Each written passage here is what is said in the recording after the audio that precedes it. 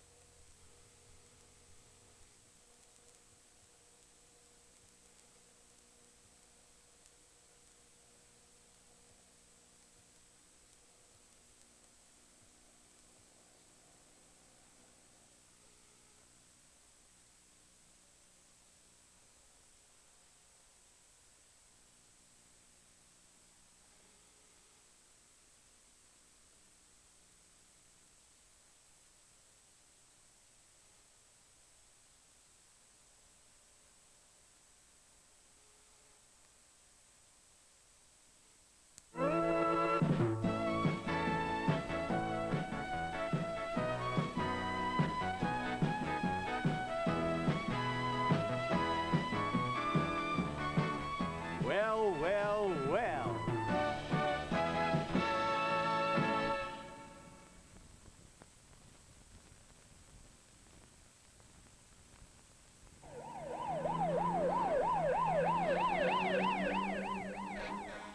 What was that? That was a siren. Sounds scary. Well, of course it's scary. Someone could be hurt or in trouble. It could be an emergency. Oh, no! Emergencies, call for quick action. Emergencies happen in a fraction of time. I'm sure you'll agree that there really are no warnings in emergencies.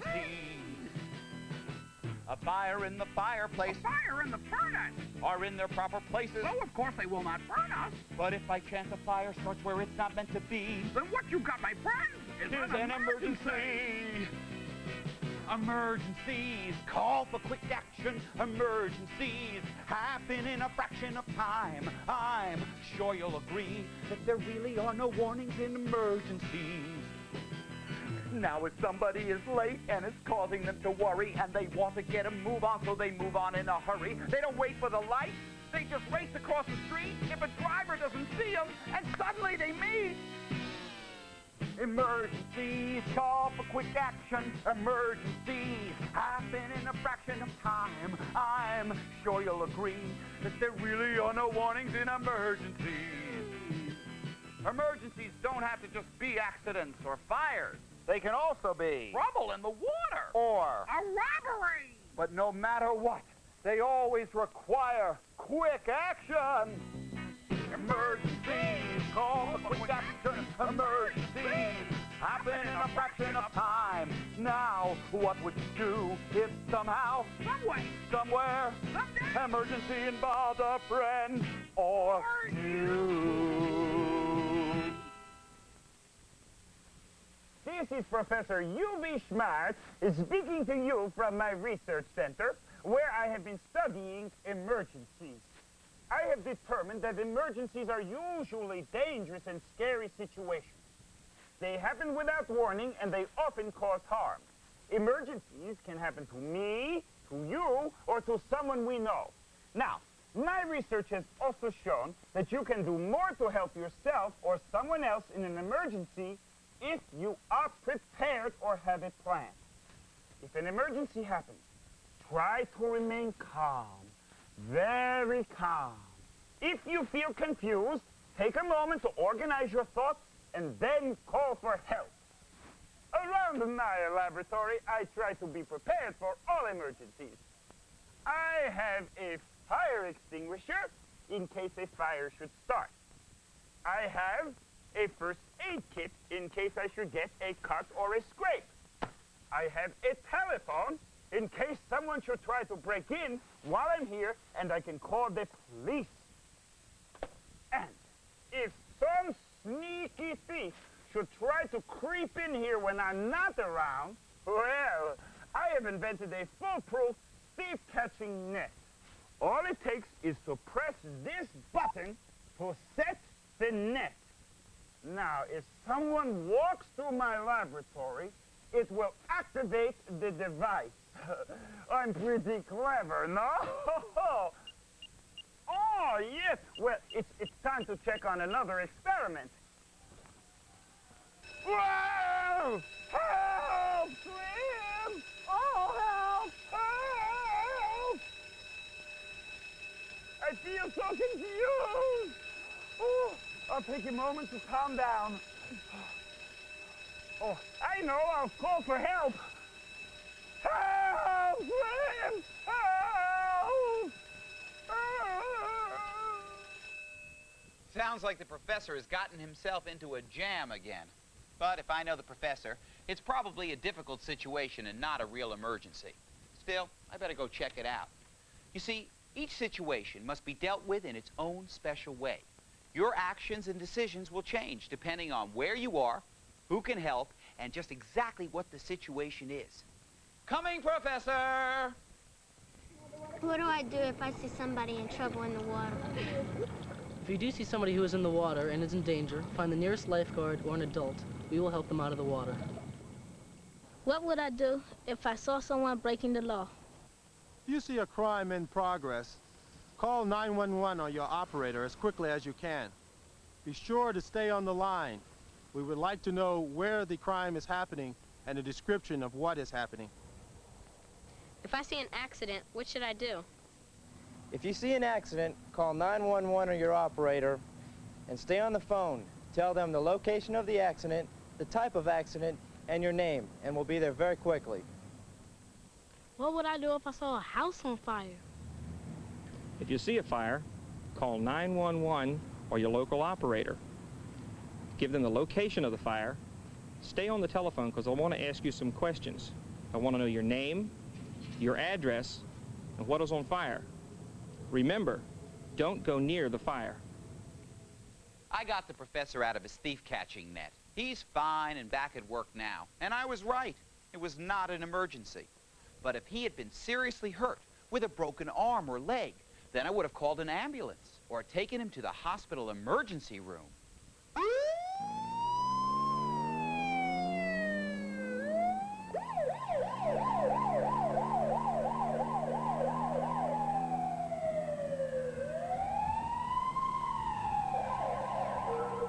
Have you ever wondered why an ambulance goes racing down the street so fast with his lights and sirens on?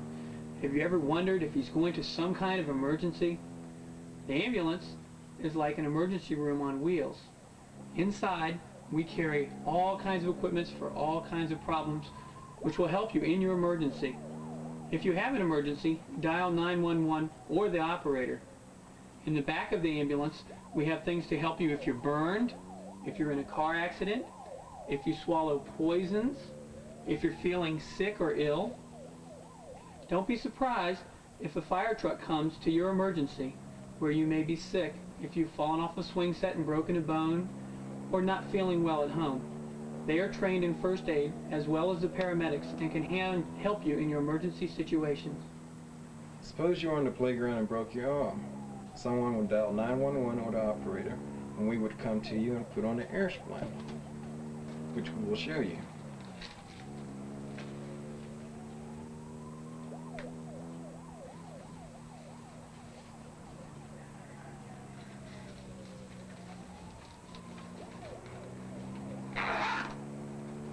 The air splint immobilizes the fracture. It's similar to a temporary cast. You slide it on a person's arm, and you inflate it with your mouth with air. Then next you squeeze the fingers, make sure the cast isn't too tight, that it cuts off the circulation. And then you transport to the hospital. Slim! Slim! Where are you, Slim? I'm right here, Pillow. What's the matter? Oh, I'm so glad to see you. I was lonely and frightened. I thought I heard some strange noises outside, like someone trying to break in. Where were you? I was helping Professor Schmart. Well, I'm glad you're back. I feel better now. I guess I was just being silly. I was waiting here all alone. By yourself? On your own? When I started to feel scared, I'm not sure why. The very next minute I started to cry. Our home sweet home didn't seem the same. It got all dark and strange. I called and called and called your name. It made me scared to feel the change. I'm sorry for your pain, dear friend. I am really sorry for your fear. Let me hold you nice and close. Relax, calm down. I am here. I understand your feelings, 'cause I felt the same way too. Did you really? Yes, I did. What happened, Slim, to you? Well, I remember when I was younger, I came home to an empty house. Uh-huh. My parents had gone out visiting, and they had left me a key and something to eat. Good. Well, I came in, turned on the lights and the radio, and made a sandwich and started eating. And then I heard some strange noises. Uh-oh. The windows and the doors were locked, but I was getting nervous. My imagination was getting the better of me. I know what you mean. I know it may sound silly, but I got into bed and pulled the covers over my head.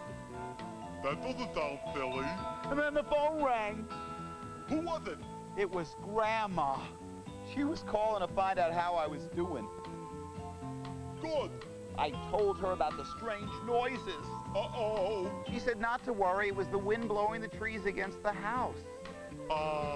Then she gave me her number and told me to call her back if I got scared again. Boy, I felt much better after that. You know, Pillow, everybody needs someone on whom they can depend. A person they can talk with, like a neighbor, family, or a friend. You're my friend. I'm your friend. Oh. Troopers, here's General Help, commander of the International Help Brigade. Troopers, when emergencies happen, it's important to know what to do. And so I want you to make my emergency action plan a habit. There are 3 main points. Number 1, stay calm when an emergency happens. Yes, sir. Stay calm.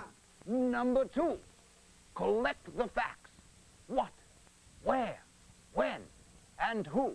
Yes, sir. The facts. Number 3, call for help. Yes, sir. Call for help. There are 3 telephone numbers you ought to have handy. Your home number, the number of a relative or friend, and the number of the police, either 911 or 0 per operator. Remember, troops, be prepared. Dismissed. That was good advice from the General. Keeping a cool head and knowing whom to call for help are good ways to face an emergency. And if you ever do have to call for help, be sure you know your own address, the name of your street, and the number of your house or apartment. Emergencies, call for quick action. Emergencies happen in a fraction of time. I'm sure you'll agree that there really are no warnings in emergencies.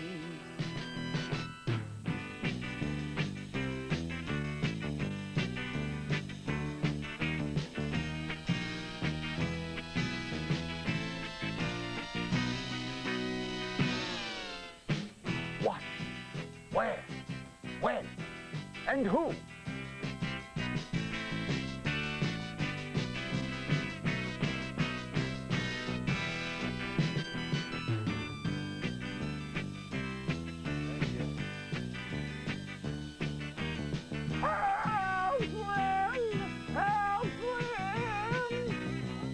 Emergencies, call for quick action. Emergencies happen in a fraction, but now you know just what to do.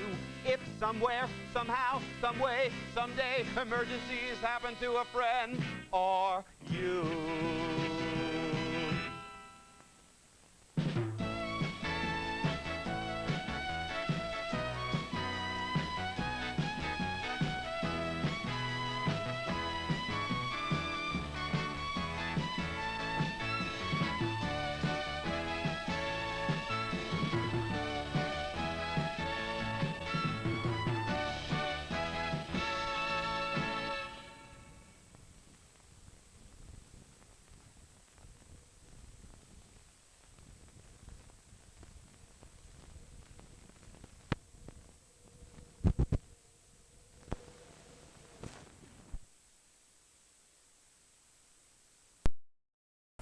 Hello, everybody. Happy Halloween, 2 days early. I can't think of anything more frightening than watching a Slim Goody film. A man whose organs were outside of his body, or he didn't have any skin. I'm not sure what the deal is, but really, truly horrifying life. I was honored to see Slim. Now let you see what I look like. What's going on? Hey, this is Skip Alzheimer. A little early, but yeah. So I was very honored to see Slim Goodbody live in Raleigh at it was a big auditorium filled with kids during the day, and myself and some friends were the only adults there. But it was pretty awesome. He was my hair's nuts.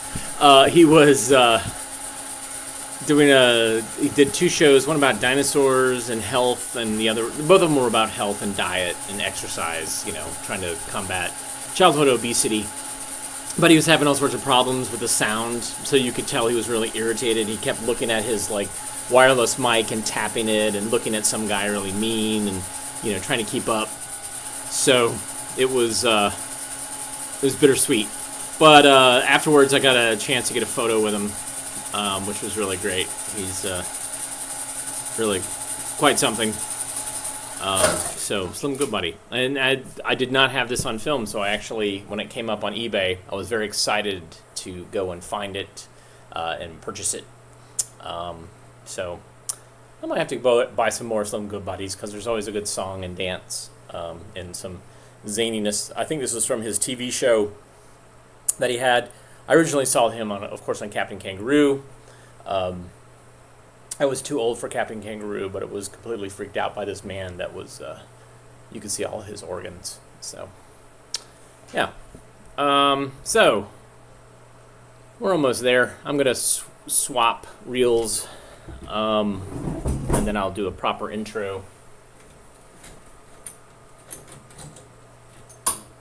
I'm going back to for those of you that have been following for a while, I'm going back to the old webcam, because the other one is just fritzy, and this one's not great. So if anybody has a good recommendation for a webcam that works on Windows, please feel free to pass it on to me so I can buy one.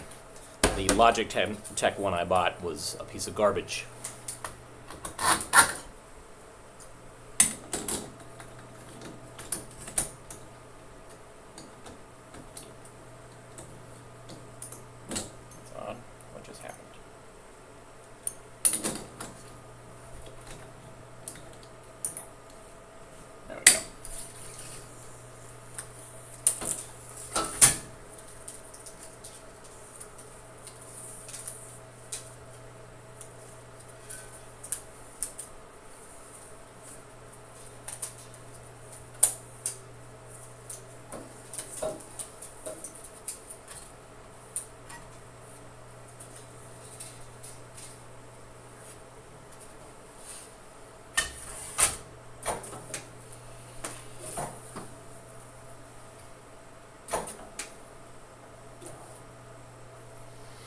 Okay, now we're cooking. For those of you who don't know, I'm Skip Alsheimer, the AV Geek, and I am presenting you a night, 2 hours-ish, of 16mm educational films live, broadcast via this telecine that I have in the back that actually transfers film to video live. And we're broadcasting it via Facebook and YouTube. And so tonight's theme is, because Halloween's 2 days away, it's a very 16mm Halloween. So I've pulled out a couple of films about Halloween, a couple of films about witches, ghosts, etc. It's interesting how many educational films actually use ghosts and supernatural things to kind of get their point across. So we'll see some of these examples. This next one is one of my favorite. It features a witch and teaches you about good hygiene, kinda. But I kind of wanted to say that tonight's show is a tribute to a very dear friend of mine who passed away, Stephen Parr. Stephen ran Oddball Film and Video in San Francisco and had maybe twice the number of films that I had an insane amount of films. And he passed away last week. He was a really sweet guy. I did screenings with him over the years, and I did screenings at his space, and we hosted him here in Raleigh for a couple of things. And he was this very kind, gracious person, had amazing stories, was incredibly irreverent, was routinely sending emails that had images that would not be safe for work. He was a great force for people in the archival community. He was very open and gracious and welcoming, and it certainly helped me kind of come into this world. And dude could talk. He would talk and talk and talk and talk and talk, both on a good way and a bad way. But, you know, I loved him for that. And now I'm not going to hear his voice. So, I'm sad, but I want to celebrate his life in some way. So, in the future, hopefully we'll do a screening or we'll do something that kind of highlights the films that he loved to show, including the Navy Enema film, which he just loved showing all the time. It was really good, but man, dude, it was like, I don't care if you have 60,000 films because you keep showing that one over and over and over again. So, like I said, tonight is 16mm films about Halloween, ghosts, goblins, monsters, etc. So we're going to start off with our first film, which is Dirt Witch Cleans Up. Glorious film.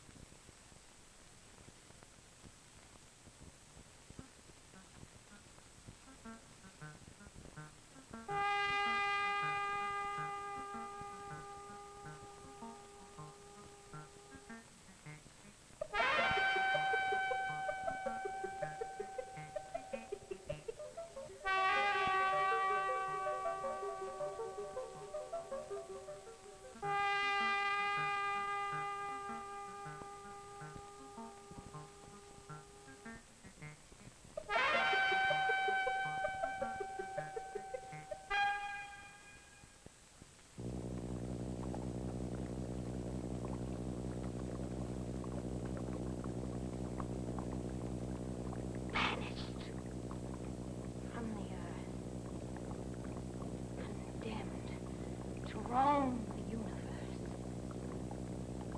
Different ocean destiny, and turn it in reverse.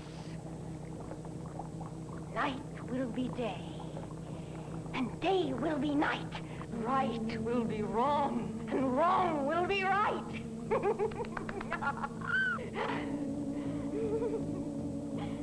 The spotless and the clean. I'll make them change before your sight.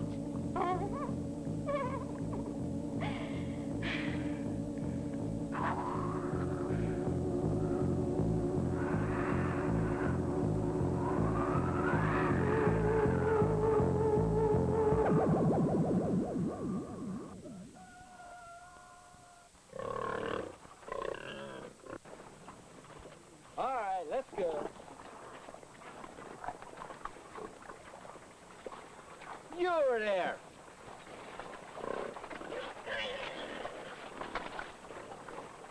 Pigs are so dirty. I don't see why I got to be the one to feed you.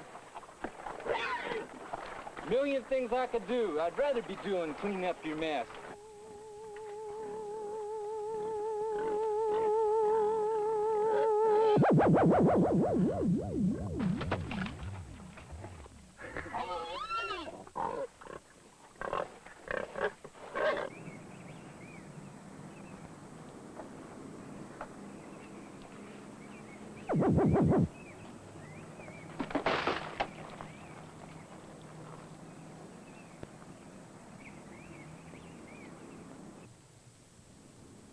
Get down! Set! 1-3! 32! 29!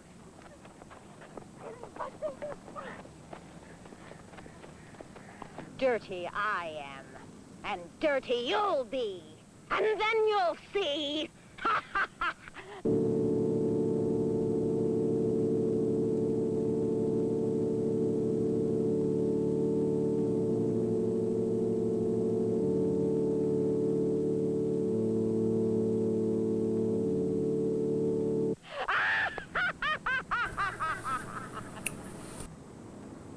I saw what you did. Oh, no one has ever seen me before. You didn't have to do what you just did. I never wanted to be different and dirty. And a dirty old witch, I never wanted to be.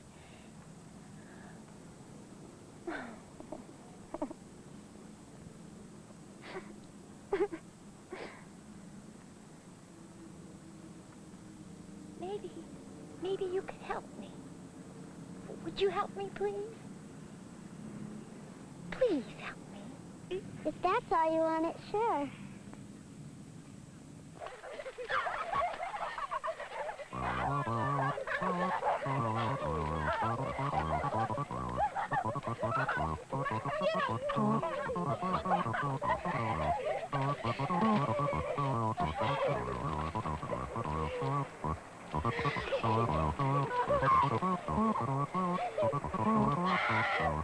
Oh no, are you sure? Yes, I'm sure. I think it'll hurt. No, it won't. I do it all the time. Does your mother say it? Ow! Ow, I hate it! Get right in there right now. We've got to clean your fingernails with this brush.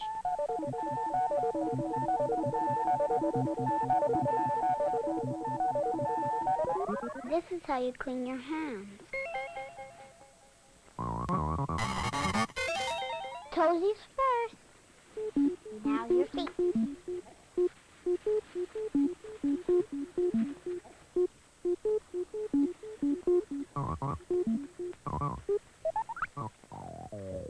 This is how you do your ear.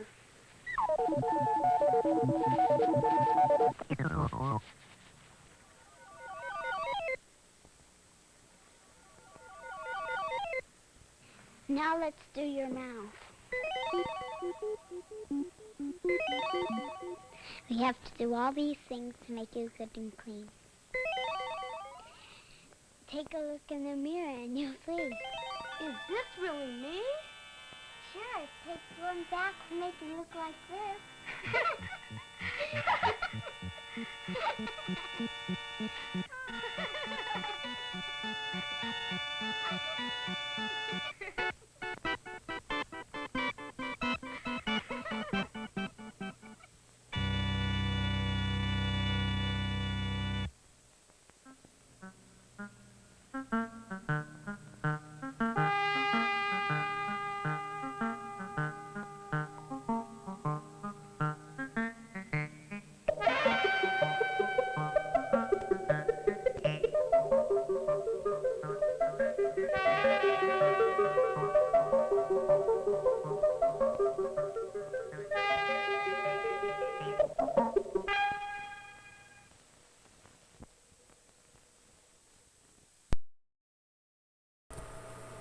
Okay, so some people can hear me on Facebook, and some people can't, and some people can hear me on YouTube, and some people can't, and some people... This is what happens when you straddle, like, 95 years of technology. Like, you have your feet back in the early film days, and then you try to use digitizing and internet streaming equipment, and then Facebook and YouTube are always sitting there futzing with stuff. So I do hear myself lightly in the background on one of my test machines. So I'm sorry if you can't hear me, but if you can't hear me, you don't know what I'm saying anyway. So, oh well, that doesn't really work, does it?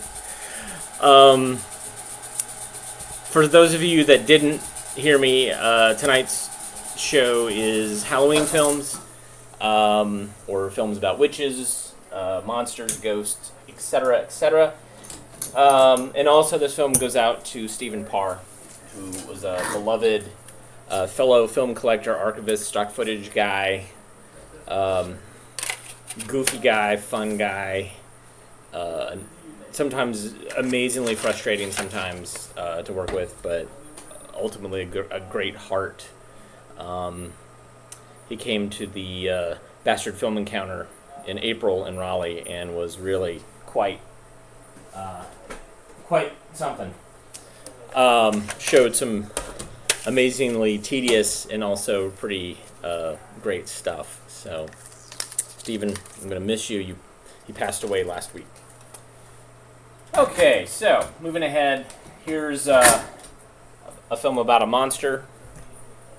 Educational films sometimes use monsters or supernatural beings to try to get their point across. The last one we saw was maybe about hygiene, but it goes so far and so weird. I really love showing that film to adults. Dirt Witch cleans up because it is just so odd and baffling.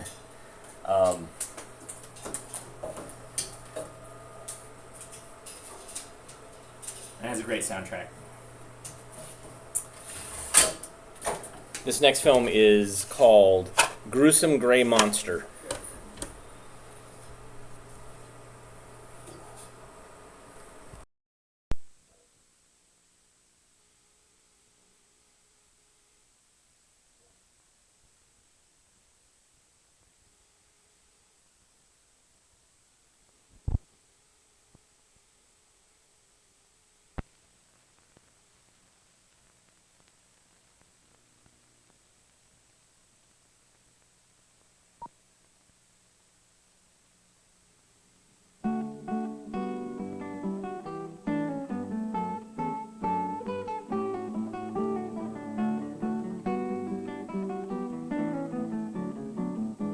Kathy loved colors, but one day... Who are you? I'm the great gruesome gray monster, and I've come to take all the colors from the world. Where are you taking my colors? Back to my gruesome gray castle. I'm going to leave the whole world a gorgeous gray. No, a gruesome, grimy gray. Kathy was so sad to lose her colors, but oddly enough, nobody else noticed. Everyone was so used to drab gray buildings, gray smoggy skies, and hard gray playground pavements. If I had only one color in the whole world, I wouldn't be so lonely. Red? Why, you're red! Really, really red! But I thought the gruesome gray monster had all the colors in his gruesome gray castle. All the colors but me. I got out. But how? Well, I waited until the gruesome gray monster was sound asleep. Then I snuck up behind him, and I painted his shoes red. Oh, my shoes! My great gruesome gray shoes are red! Help! So, I guess you could say I got kicked out of the castle. Well, I'm sure glad you did. Everyone else has forgotten me. Nobody sees the rich, racy red of a stop sign, or the flashy, snappy red of a fire engine, and the people who eat an apple a day and don't even care if it's red. Nobody cares about me. But I care about you, Red. And a lot of people do. We've got to go to the great gruesome gray castle and get back all the colors. Then people will see how much they missed you.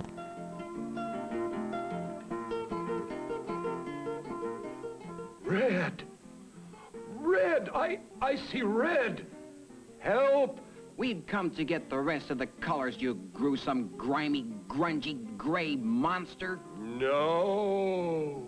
But the world is so grim, Mr. Grizzly. The world has never been happier. But... Or grayer. But... If you won't let the colors out, then I'm coming back here to be with them. Oh!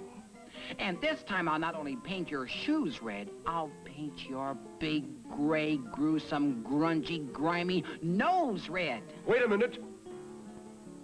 Maybe we can make a deal. What kind of a deal? Well, I'll give you one color if you can name me 10 things that color was before the world turned gray. That's easy. She thinks it's easy, but nobody remembers what the colors were since the world turned gray. I pick the color blue. 1, 2, 3, 4, 5, 6, 7, 8, 9, 10. Well, blue was an easy color. Why don't you pick a hard color like yellow? All right, yellow. 1, 2, 3, 4, 5, 6, 7, 8, 9, 10. She did it. I got 2 colors back. 2 colors? What? You tricked me. But it's only 2 colors. I still have all the rest. And you're not going to get them. Don't be sad, Kathy. Remember, counting me, you now have 3 colors. But I wanted all the colors back. Look, here comes blue. The sky. It's blue again. And here's yellow. Yellow, watch out. You're going to smash into the color blue. Look, there's green. Where did he come from?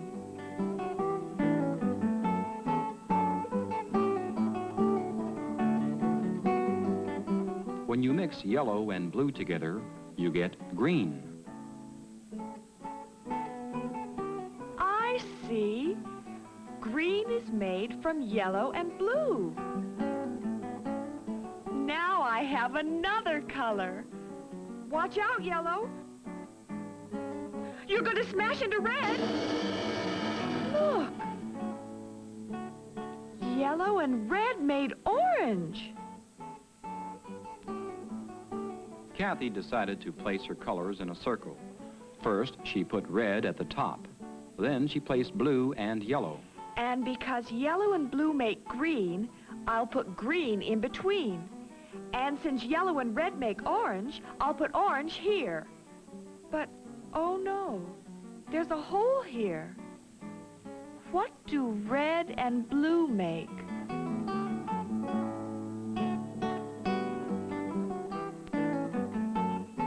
Oh, purple is made from red and blue. But I wonder what would happen if I mixed all my colors together. Why, I'd get... Me. Why, all the colors make the great gruesome gray monster. But that means you're a color too. Of course I'm a color. That's why I took all the other colors from the world. Nobody thought I was a color. I wanted to show them. Don't be sad, Mr. Monster. You're not a gruesome gray. You're a gorgeous gray. Why, just think of all the lovely gray things in the world.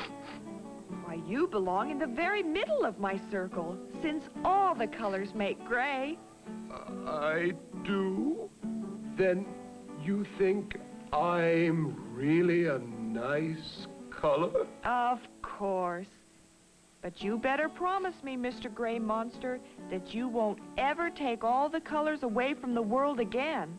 And if I promise that, then you'll let me be in the very center of your color circle? Sure. Okay. I promise.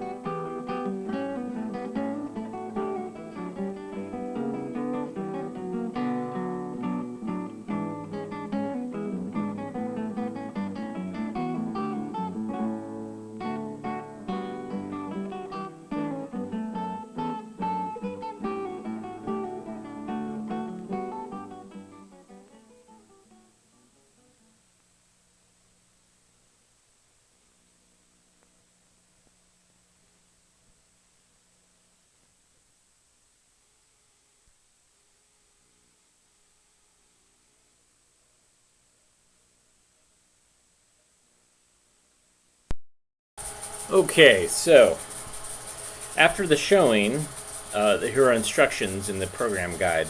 1. Paint a picture of all the things in nature you can think of that are the primary colors. Close your eyes and imagine each one as another color. What colors would you make them? Paint the things and give them their new colors. 2.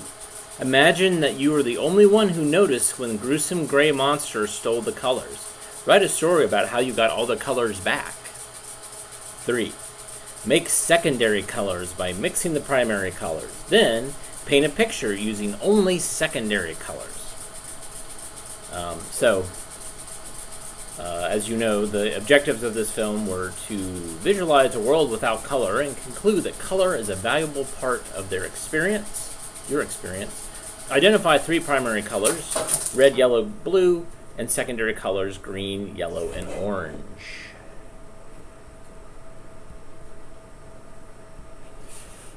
So I'm reading the can here. Perceive a following color relationship. Red, yellow makes orange, blue and red make purple, yellow and blue make green. Understand how certain objects are identified by their color. So there you go. That's the learning experience that the Gruesome Gray Monster is to teach us. Thank you, Cornet Films, for that. This was probably made, I can't remember the copyright year, like probably 70s, mid-70s. That's my guess.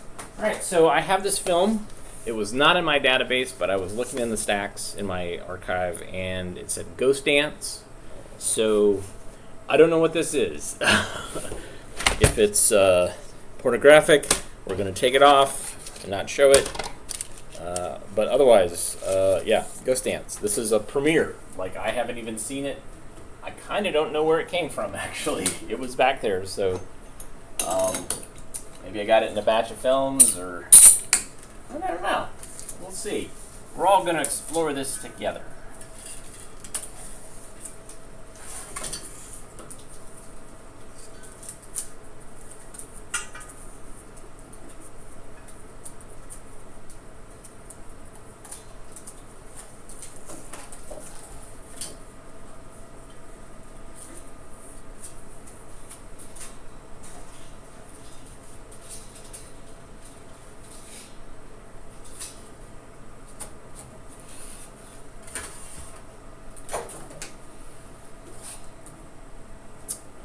Alright.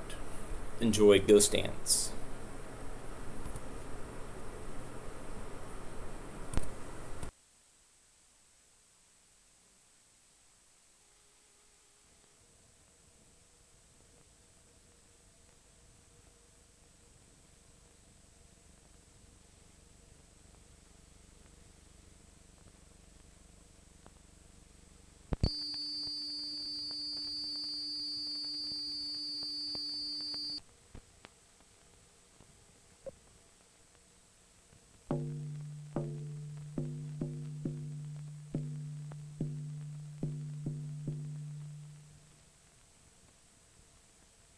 On December 29, 1890, Chief Bigfoot and 300 of his people were massacred by the United States Army near Wounded Knee Creek in South Dakota.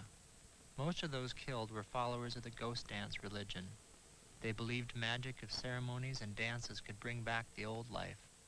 When the bullets overtook Bigfoot's band at Wounded Knee, their dancing ended, but the story of their journey and the dream they carried lives on with those who remember.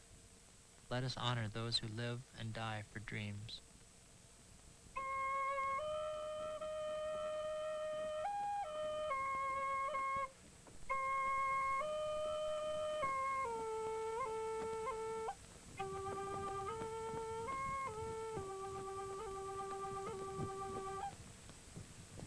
In school, I learned of heroic discoveries made by liars and crooks.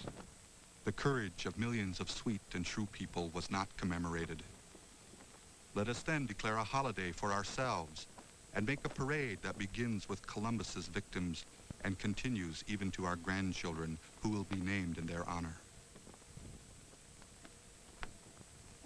Because isn't it true that even the summer grass here in this land whispers those names? And every creek has accepted the responsibility of singing those names. And nothing can stop the wind from howling those names around the corners of the school. Why else would the birds sing so much sweeter here than in other lands? Here, night-long, they invent new names, christening themselves in the cold creek. The dawn sky expels their lunar voices.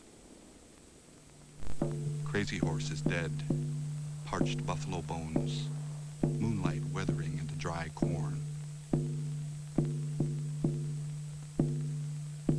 Gathered with a helpless vengeance, a circle of lives danced until sunlight, drunk on the music of dreams. Their ears deaf to anxious hooves and silent bugles, their eyes blinded by the glinting sabers.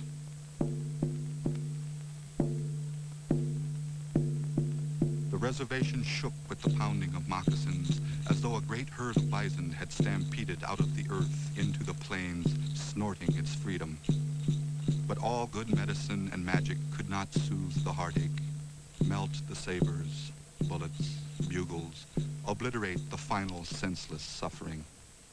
All the borrowed prayers and dreams could not preserve the vast, dusted spaces. This harmless faith, nearly Christian and linked with reluctance, kept the hunger down and the tears inside, yet weighed them down against flight, conquered their legs, gave birth to disbelief as if history had proved some fact of humanity where none existed. Upon the hill where the war cannons had churned their metal bowels to blast away the teepee village, a beast more ghost than coyote howled. In ghastly angles of desperation, close to 300 fallen Sioux were frozen. A few dire women and children had run west along the blood-drenched draw for over 2 miles before the soldiers' gunfire found them. Now black beads of awe-struck eyes stared back in unblinking blankness. The shroud of snow woven by the white giant's wife would cover the red world forever, or so it seemed. Between torn lodges and over December fields, troopers hunt survivors. Night freezes in, sealed down by winter dark, ice upon pain. With daybreak, a scattering buckshot blizzard northers over dry plains on the Minneconjou Trail, across the little creeks, blinding flattened teepees, the Wounded Knee slaughtered, and Spotted Elk, half risen, head fallen to his right, last chief of the free Sioux. I stared at the icebox landscape of Pine Ridge and threw the faint mirrored ghost of my own reflection upon the winter pane. Some wino's coat frozen in the yard, half under snow, a rigid arm extended, reaching for air in this ghost scene the dogs dragged home. This replication of what we all have seen in the famous picture of 1890 by the hysterical Nebraska Historical Society. The Minneconjou chief Bigfoot, frozen solid, one gnarled and bony arm extended into the chilled air of his cousin's land, a simple Y in his death grimace.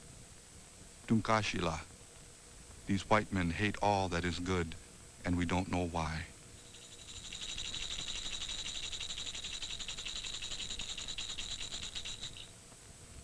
As Chief Bigfoot's body was flung with the rest of his bloody flock into the common grave, the relatives' keen sung grief remembered his strong heart words which failed to save their world. I will stand in peace till my last day comes. Now he has fallen into the war pit of history, along with the 23 Medals of Honor awarded for Wounded Knee. Garlington, Ernest A., Distinguished Gallantry. Hamilton, Matthew H., Bravery in Action. Hawthorne, Harry L., Distinguished Conduct in Battle with Hostile Enemies. It was my own baby whose cradle board I held. Would have put her in my mouth like a snake if I could. would have turned her into a bush or a rock if there'd been magic enough to work such changes. Not enough magic to stop the bullets. Not enough magic to stop the scientists. Not enough magic to stop the money. Now our ghosts dance a new dance, pushing from their hearts a new song. It's been 100 miles as the eagle flies. An aging sign says, "Site of Wounded Knee, 3 miles." Dust devils kick tumbleweeds against a barbed wire fence in a ditch. A bullet-riddled sign says, "Site of Wounded Knee, 2 miles." In 73, a nation stood and declared, "We are tired of broken treaties, now it will end." It was sealed with blood, and a shattered sign proclaims, "Site of Wounded Knee, 1 aisle." From the belfry of a gutted church, one can see trenches that were, and hear the echoes of many guns a long time ago. Wounded Knee. We will return to life. We will stay in the sun long before the shadows are born. There will be no distance between our words and the banished moon. In all that grows while the winter reaps, we will live again.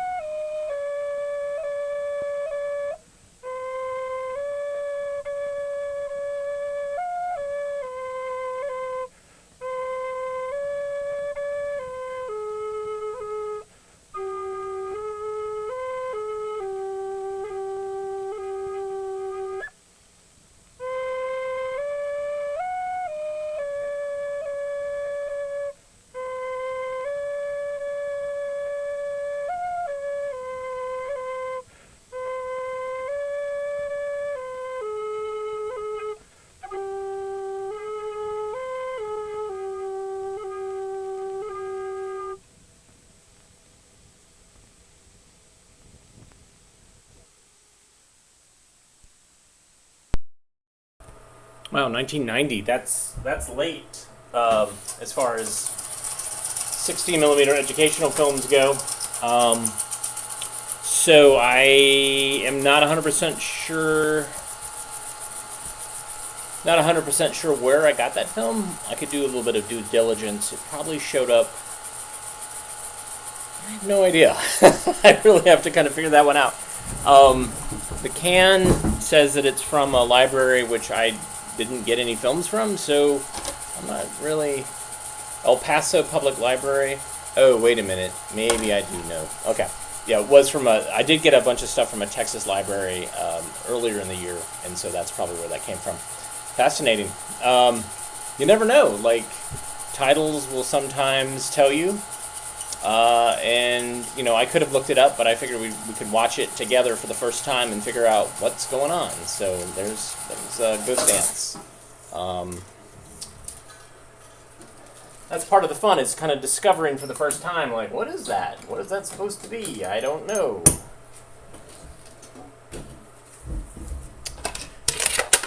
So we learn something together. All right.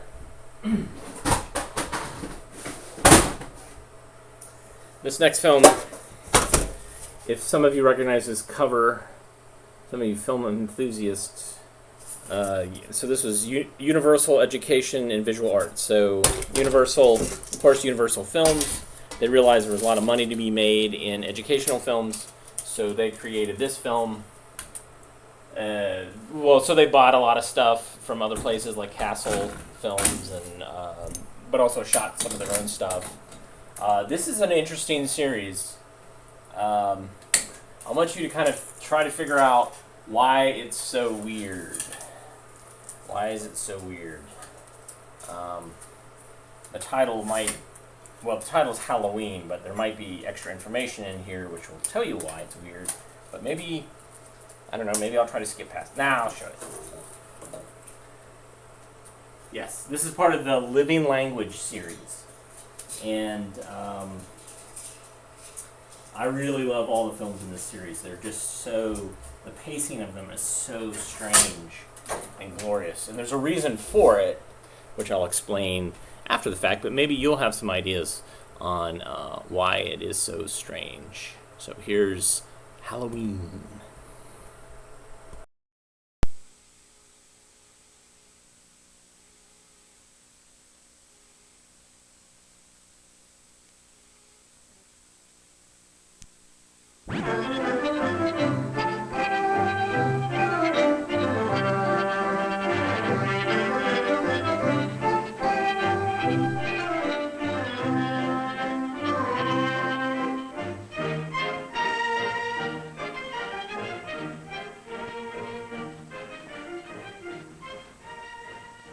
Today is October 31st. It is Halloween.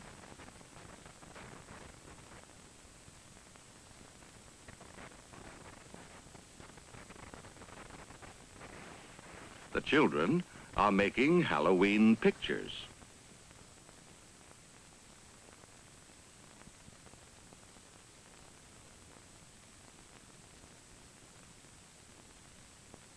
One boy made a jack-o'-lantern.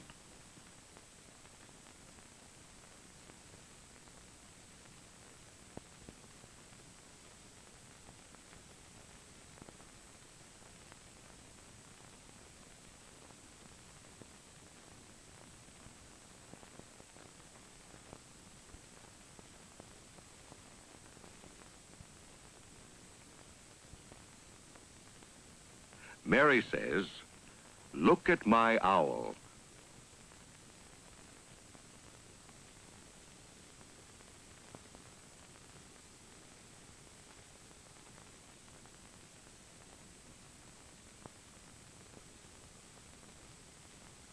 The witch and the black cat are scary.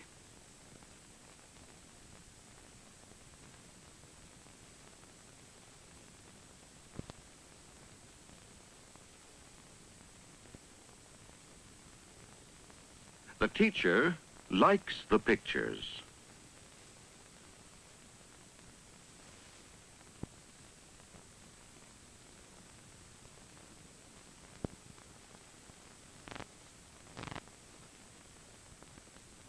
The children will have a Halloween party.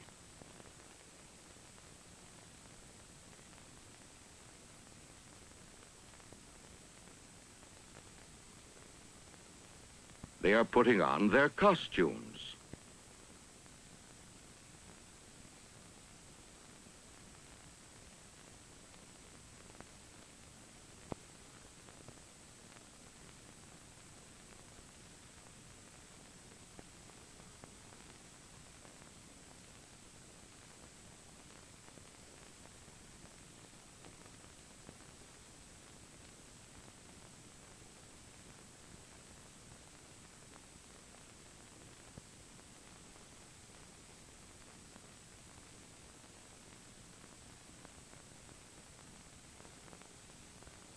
The children are playing Pin the Nose on the Jack-o'-lantern.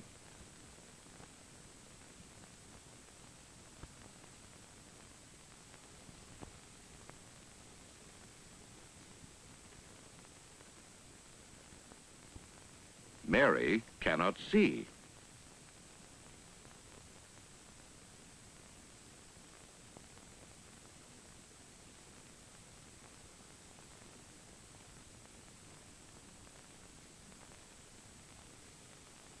She put the nose on the jack-o'-lantern's eye.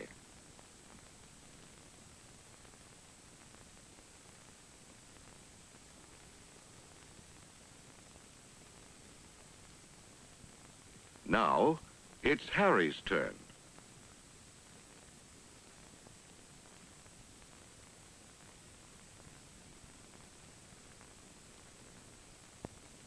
It is time for refreshments.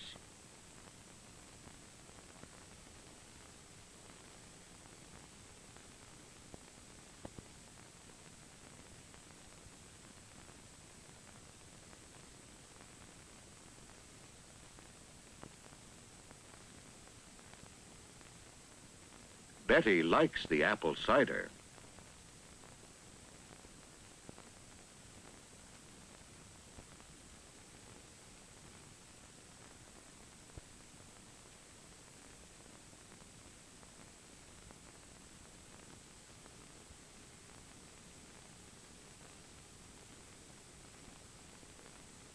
The children have apple cider, donuts, and jelly apples.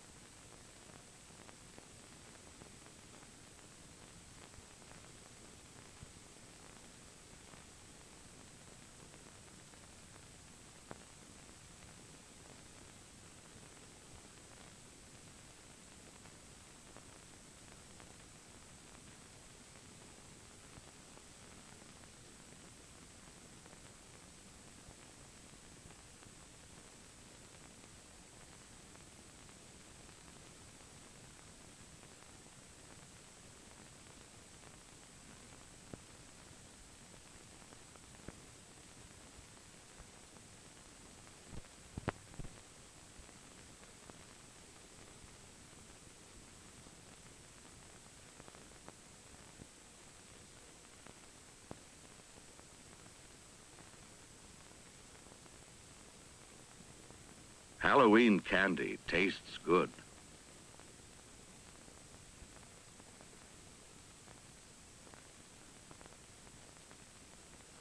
John likes jelly apples the best.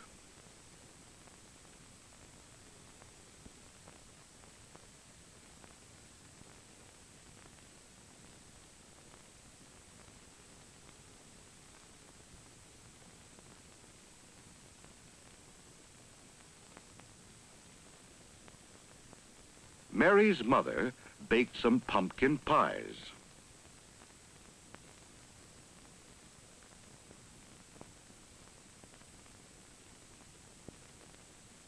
Mary is home from school.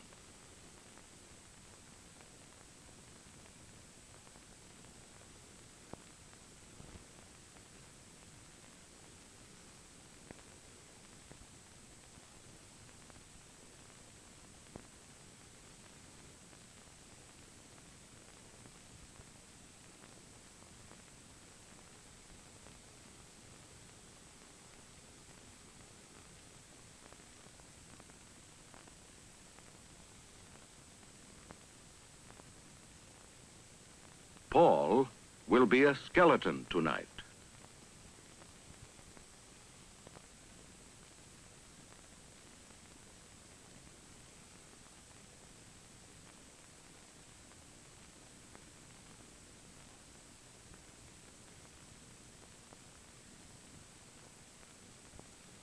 Tonight, Mary will wear her witch costume.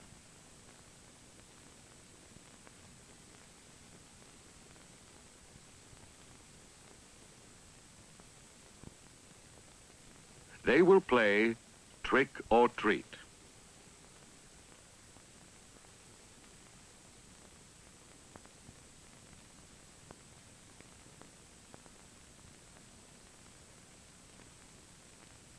Father is home.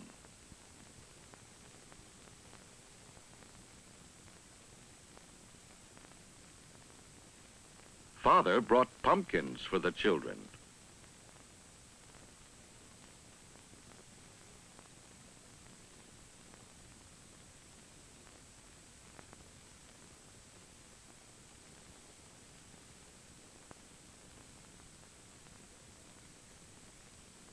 They will make a jack-o'-lantern.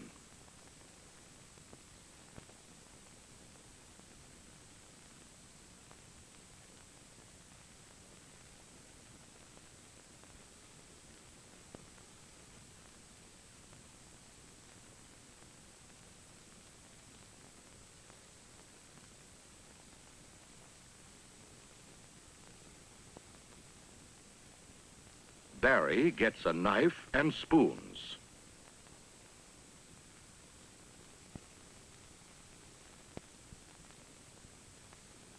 Paul gets a crayon.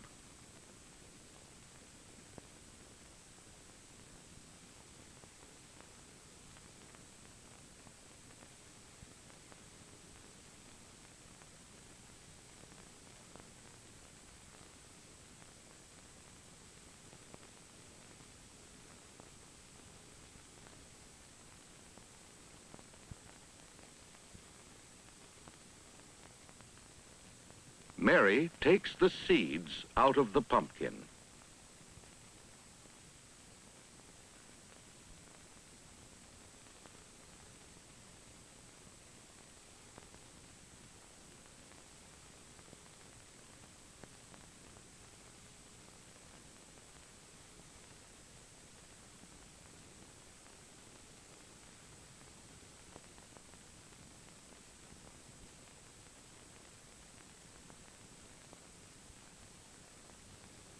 Mary draws the eyes and the nose.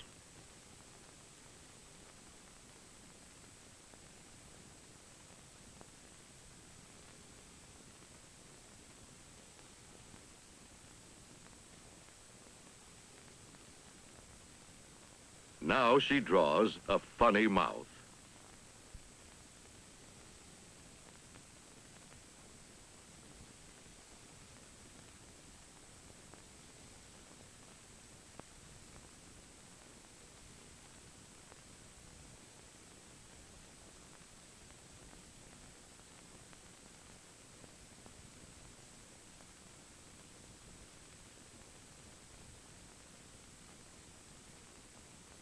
Father carves the eyes, the nose, and the funny mouth.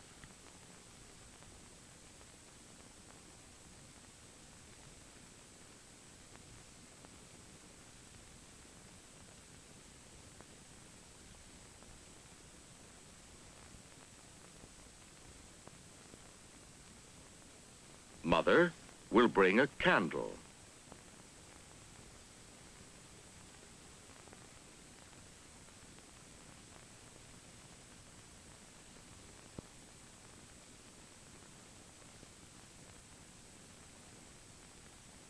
Barry puts the candle in the jack-o'-lantern.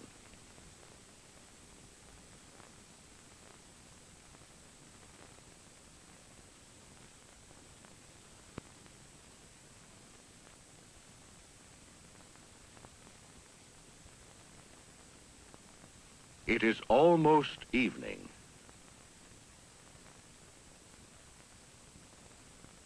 The children are in their costumes. Can you see a witch and a skeleton?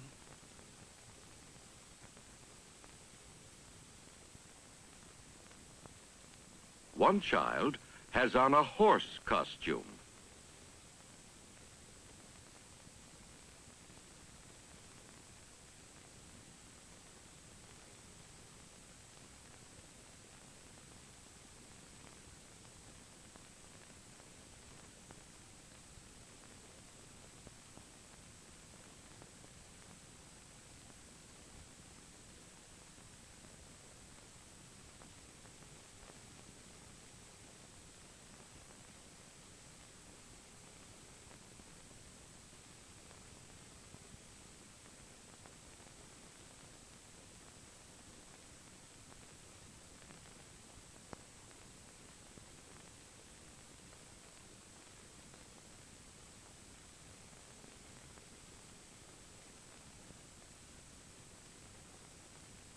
The children say, trick or treat.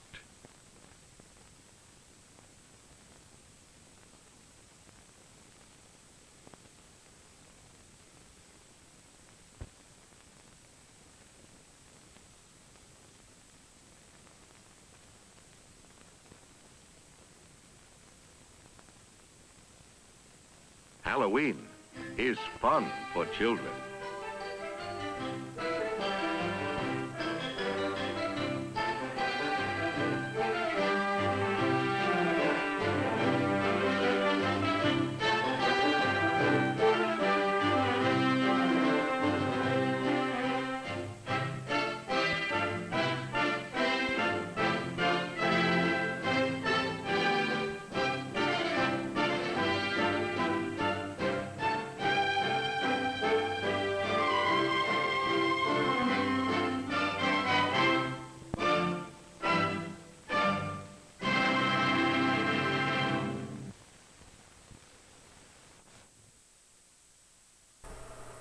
Okay, so, excuse me. What was the deal with that film? Somebody asked on YouTube, like, is that normal in the 50s? Did they just have, like, this weird narration? No. So what's going on here is this film is made for children that are hearing impaired. They are partially deaf, and this film is trying to teach kids how to lip read, among other things. So you will see those scenes where kids or adults or whoever, they were mouthing, you know, like, you know, and it would put up the line that says, "Let's make a jack-o'-lantern." And there's lots of films in this series, and I have a couple. There's one about a birthday party. The one I'm coveting that I saw was about a visit to a motel, to a motor lodge, where they talk about all the different things. And I feel like there's somebody watching who's another film collector, the Nelsons. And did you guys bring it? Or was that something that Stephen Parr brought? Because it was weird. I mean, even for this type of film, it was very, very strange. Because it didn't really, I don't think it mentioned the bathroom. It like kind of, it did a pan around the room and said, here's the bed, and here's a dresser, and here's a closet, and here's a television, and air conditioner, and heater. And it, you know, goes right past the door that has the bathroom, and it's like, don't you want kids to know where the bathroom is? I mean, you don't have to talk about specifically what's in the bathroom, but, you know, at least mention it. Anyways, Halloween.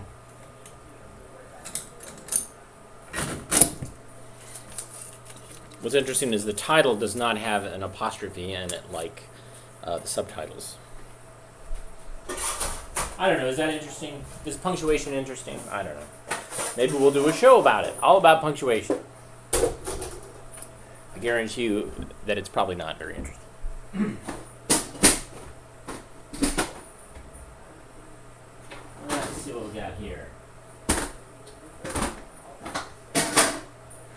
So many films.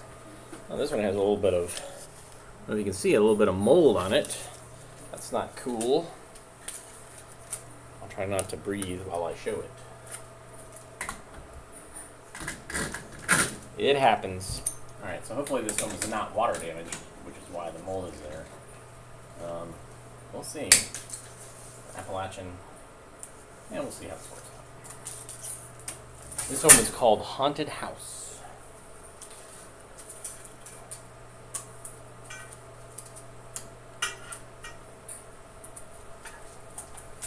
You guys love watching me thread a telecine. I almost feel like getting another camera and like pointing it at the at the threading process and do a cutaway. That's just too much technology. Too much. Yeah, it's not gonna work.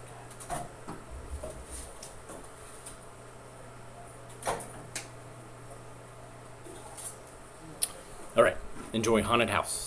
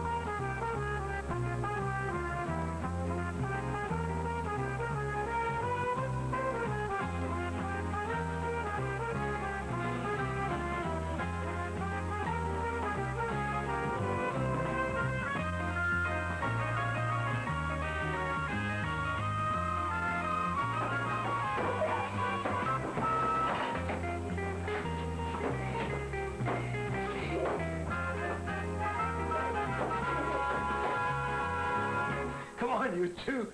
Settle down. Timmy, into bed. Come on, Sally. Are you afraid of ghosts? I've never seen one. Why? Barry says he's not afraid of ghosts. Who's Barry? He's Timmy's new friend. this about ghosts? You kids been telling ghost stories or something? No, it's that empty old house on the next street. We go past it every day on our way to school. What about it? Nothing. Sally wanted to know who lives in it, and Barry said it was full of ghosts. Did he ever see any? Did you or Timmy ever see any? No. I don't believe in ghosts. Well, I guess that settles that. Barry's just making it up. Now, how about getting some sleep?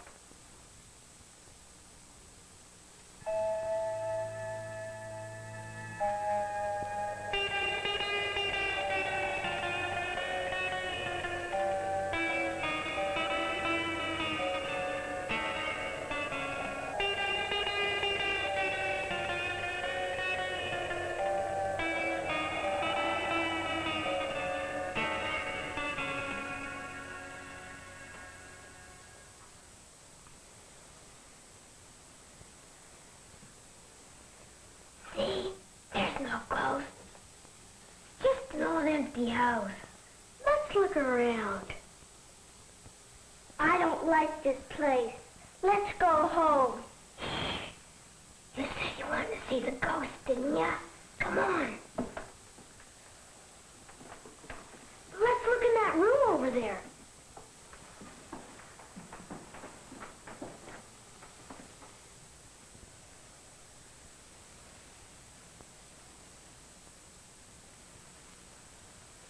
They're just a bunch of old junk.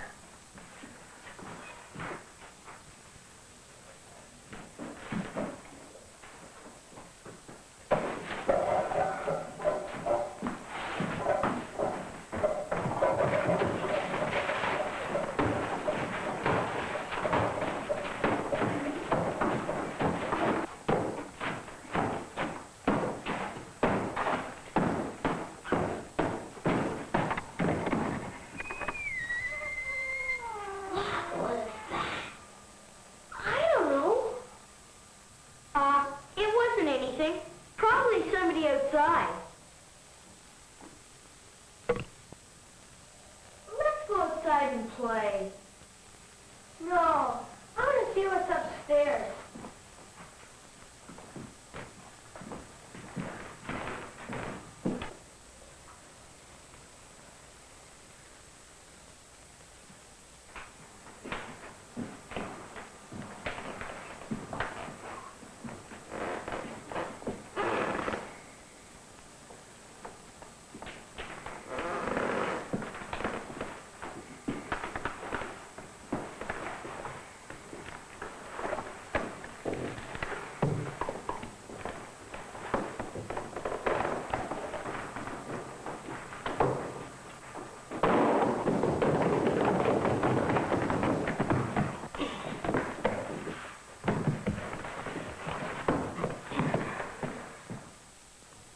There's somebody up there.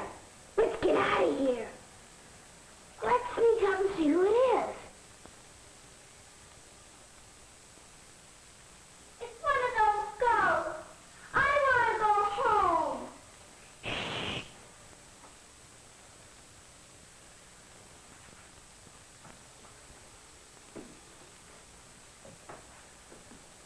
Come on.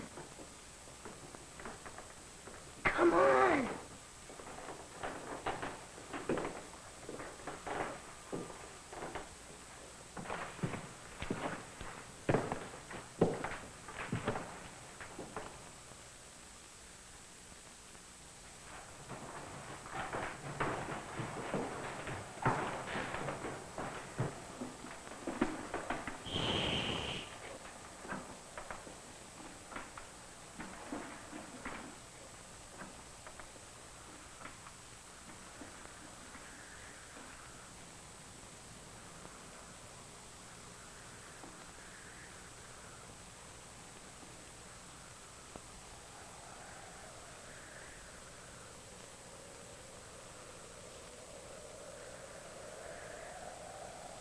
Nothing in here.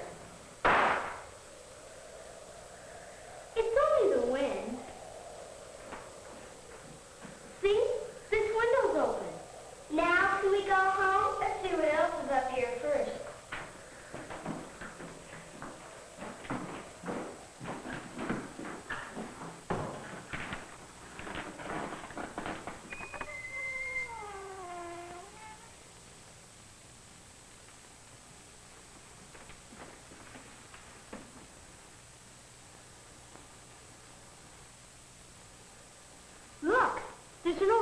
here.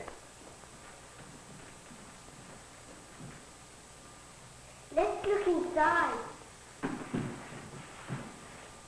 Come on, Charlie. You have to help too.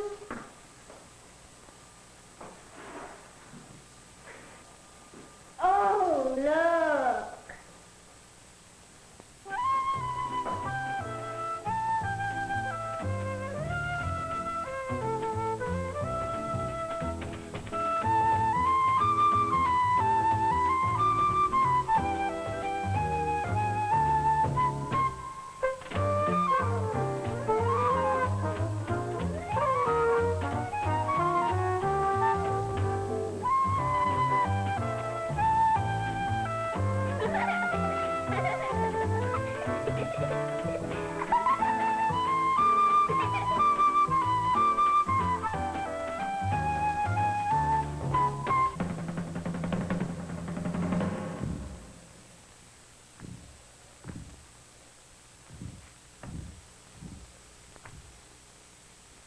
Listen.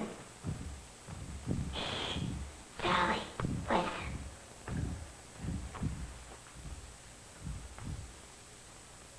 It's only that old door. Sally.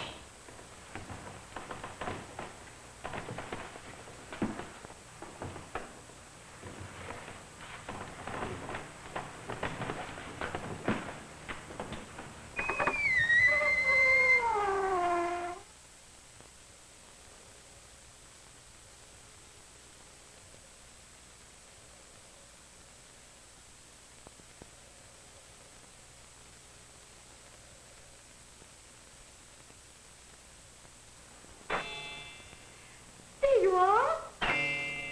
Come, come. Let's all sit down and have tea. You mustn't go until you had your tea. Sit down, sit down. We're going to have a lovely party. There are 2 chairs to sit on. So there are. Now isn't that silly? Let's... And one for me. Now we can sit down.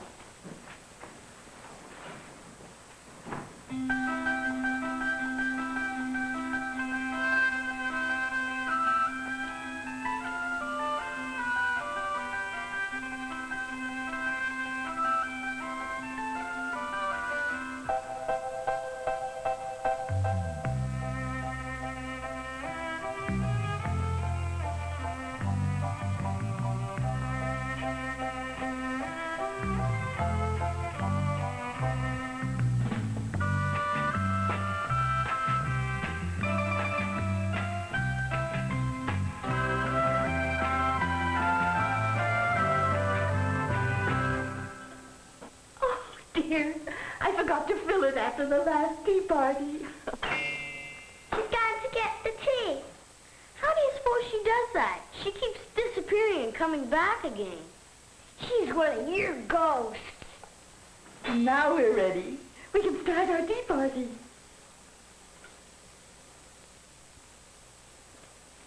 Go ahead. There's lots for everybody.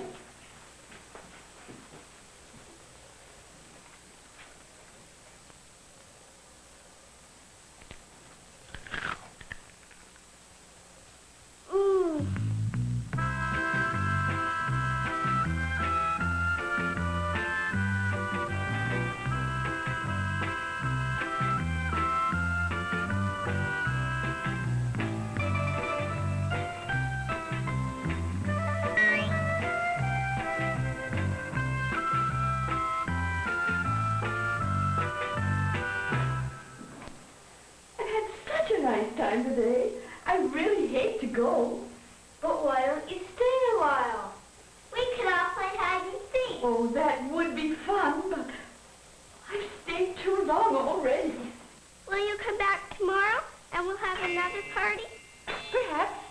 If tomorrow you really believe we had a party today.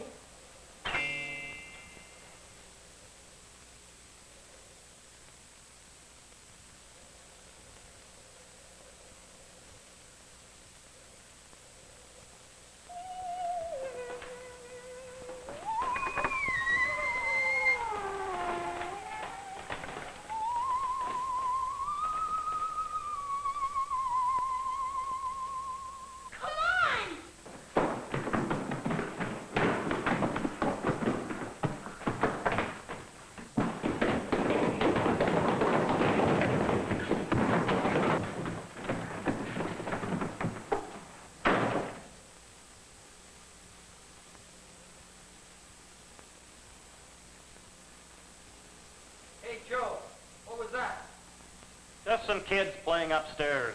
I guess I scared them off.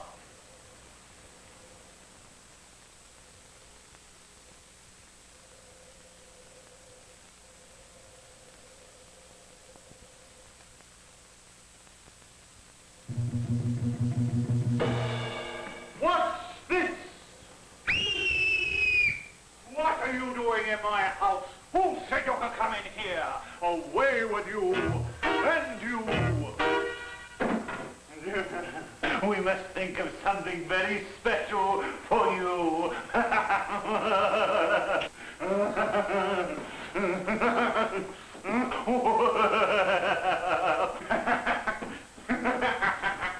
You're the one, aren't you? You have to come and see for yourself. Now you believe in ghosts. Hey, Timmy. Hey, Timmy. Hey, Timmy. Hey, Timmy. Timmy. Hey, wake up. It's all right, Timmy. Wake up. You were having a bad dream. I was all by myself, and a ghost was telling me up. It's all right, Timmy. Take it easy. You're in your own house, in your own bed, and you tied yourself up. Here, look at the sheets.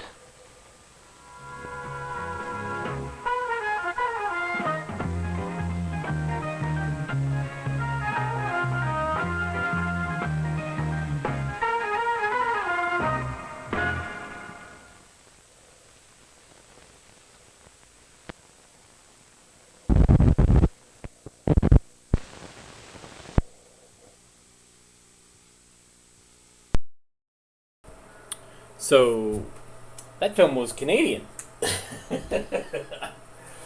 I knew because it was Moreland Latchford, but the dad, a lot of oots, a boots.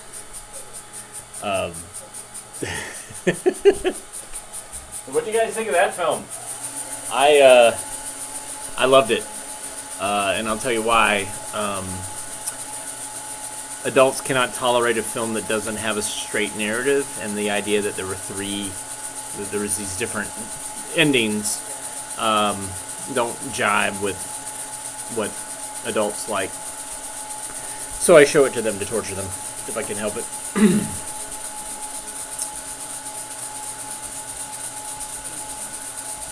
All right, so now is a time. We're gonna watch another film, and then I'm gonna have you pick a film to watch. And we have two to choose from. And they're longish, probably 30 minutes, 20-some minutes. One is Winter of the Witch, and the other is Ghosts and Ghoulies. So Winter of the Witch and Ghost and Ghoulies. So I want you to vote on which one you want to see. So just write it in the comments. So Winter of the Witch, Ghost, and Ghoulies. I'm not going to tell you anything about what either film is. You're on your own. So you have as much knowledge about it as I do as far as the titles go. It might not be a witch in them. It might not be Ghosts and Ghoulies. It might be about germs. It might be, I don't know, about income tax. Who knows? You can't always go with the titles, but I looked them up in the database, and I was like, okay, that has the word witch in it, and that has the word ghost in it, so let's see what happens. It's kind of an interesting way to go through your collection. But in the meantime, was that house really haunted? I don't think it was. I don't feel like it was. I feel like it was just, they thought it was haunted, and it was just empty, and I don't know. Felt let down. So maybe this film will show you a haunted classroom. Maybe. I just on Friday showed Ghostbusters in a science museum, and we had to, basically talk about supernatural stuff in a museum of science, and they were not interested in talking about the science, the paranormal sciences, quote unquote. So it was interesting to kind of show the film, which was very entertaining, but then also say like, yeah, not a lot of good science about paranormal activity out there. It doesn't hold up. It's kind of sloppy. So, anyways, so let's watch this film next. It is called Taking Care of Your School.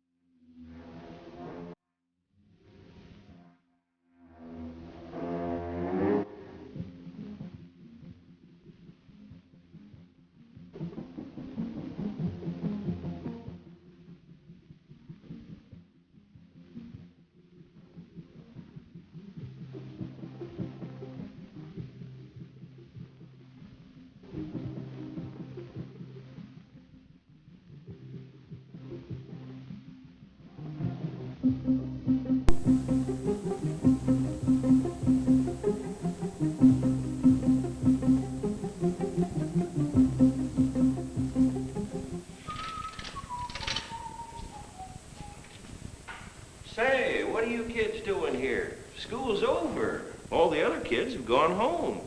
Oh, it's okay, Mr. Dillon. Our teacher's here. She's just going down to the lounge for a little while. She gave us permission to fix up the room for the Halloween open house tonight. Well, if you're sure it's all right with her. We're sure, Mr. Dillon. See you at the open house. Okay.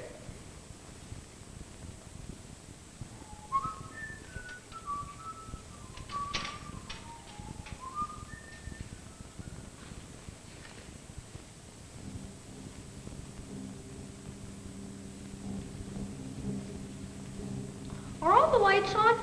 Yeah, what? Nothing. It's just kind of dark in here at night, that's all. You scared? No!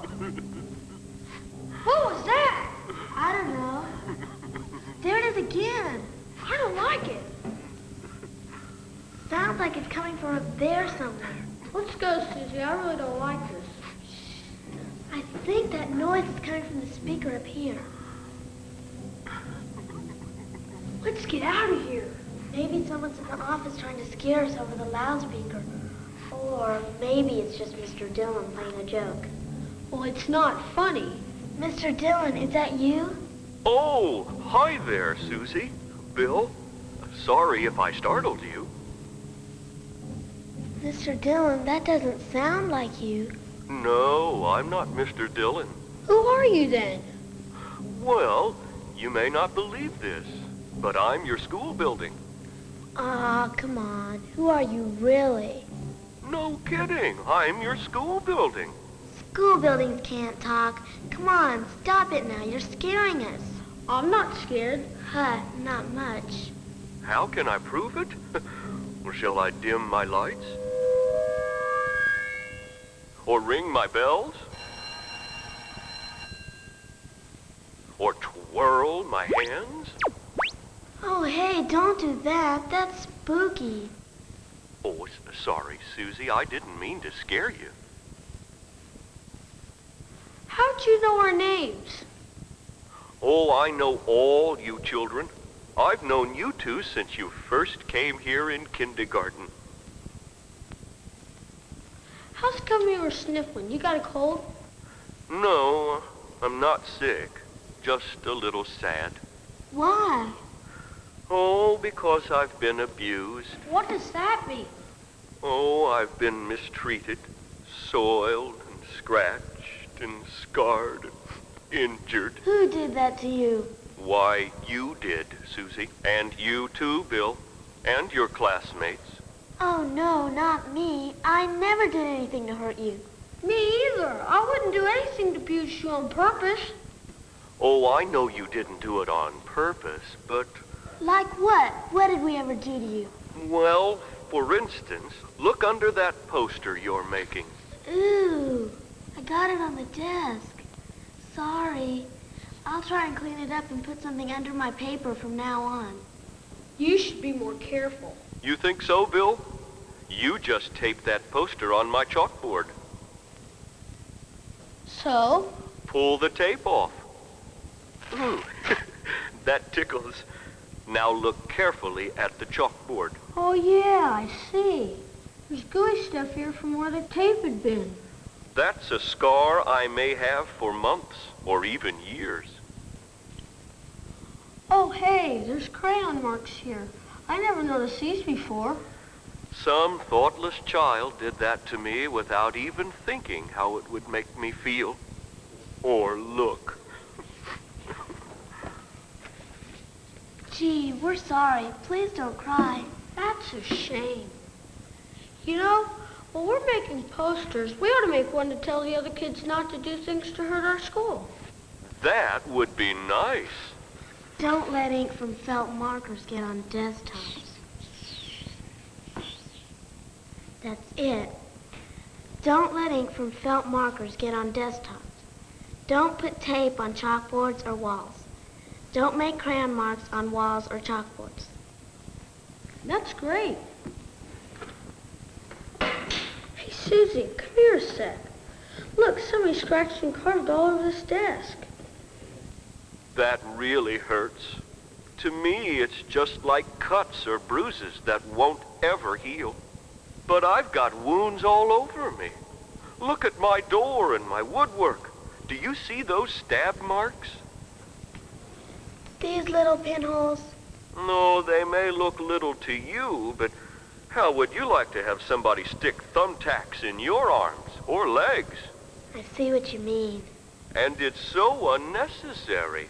I've got perfectly good bulletin boards that can be used for pinning up things with tacks. I'm getting this down on a list. Don't carve or scratch on desks. Don't put thumbtacks in doors or woodwork. And somebody pulled my molding loose.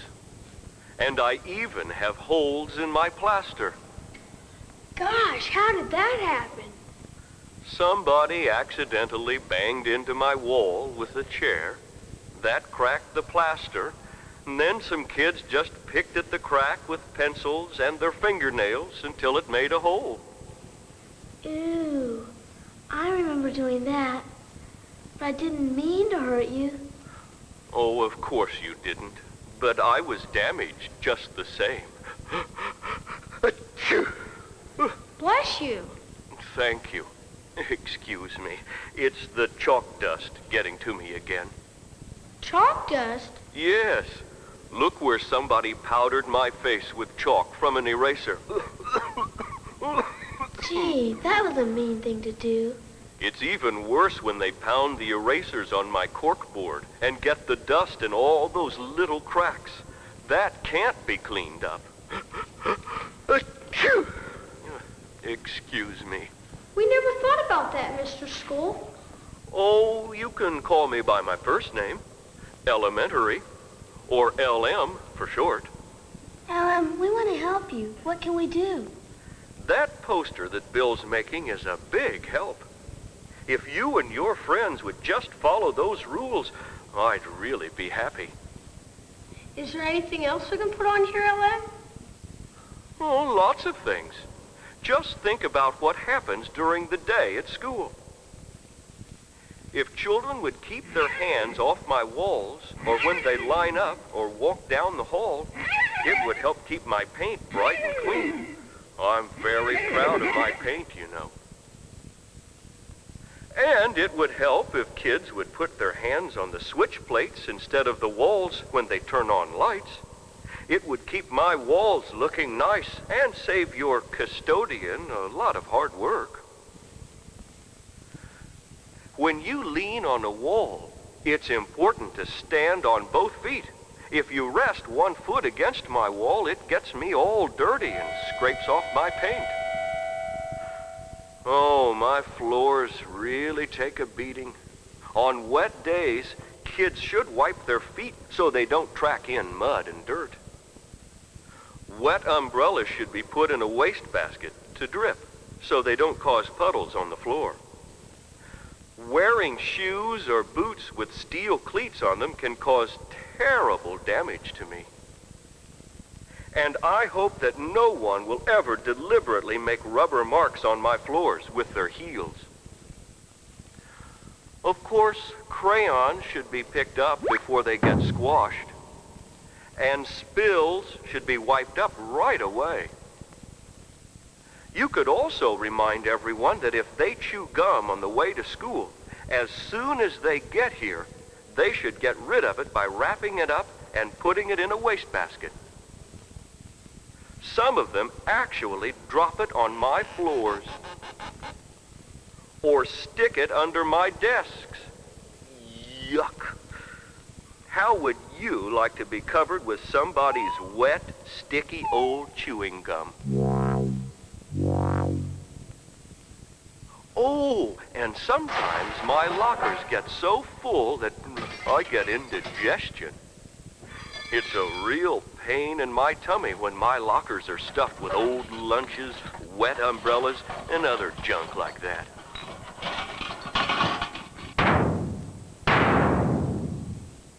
Some of my lockers have been hurt because kids have swung on the doors, jerked on the coat hooks, or taken out the screws from the hinges.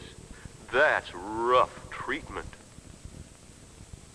I'd be much happier and healthier if you kids would just be more gentle with me. If you hit my panic bars too hard, or jerk on the doorknobs, it can break me or loosen my screws. And I shudder every time someone kicks a door open instead of opening it properly. My restrooms are awfully sensitive. My fixtures can crack if anyone climbs or swings on them. And my tiles break and scratch easily. And my drains get all stopped up if you kids drop paper towels in the basins instead of putting them in wastebaskets as you should. Even when you're playing outside, you sometimes hurt me without realizing it. Children should play on the playground, not in my trees and shrubs. They're easily damaged. It's very important to be careful where you throw things. A rock or a ball, ooh, can break one of my windows. So it's best not to ever throw anything towards your school building. Boy, have we got a list. Keep hands and feet off walls. Wipe your feet at the door on wet days. Don't wear metal cleats inside. Don't make heel marks on the floor. Pick up crayons and wipe up spills. Wrap gum and throw it in the wastebasket. Clean out lockers. Be gentle with doors. Don't climb on bathroom basins. Play on the playground, not in shrubs and trees. And don't stock up bathroom drains. There are a lot of other things I could tell you about too, but you're smart kids. I'll bet you can think of them on your own. We'll sure try. Oh, just one more suggestion. If you find some damage, even a little bit of damage, like a loose screw in your desk, tell your teacher about it right away so it can be fixed before it gets worse.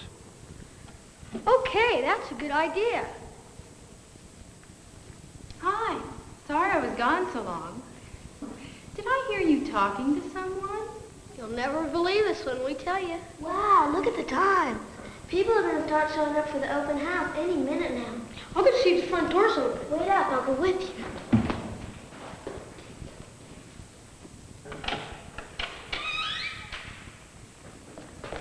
Hi, Mr. Dillon. Oh, hi, kids. Say, Mr. Dillon, have you been in there in the office all this time? Now, what makes you ask that, Bill?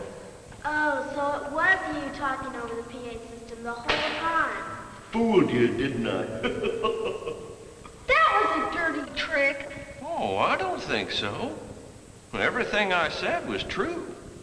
This is a good old school building.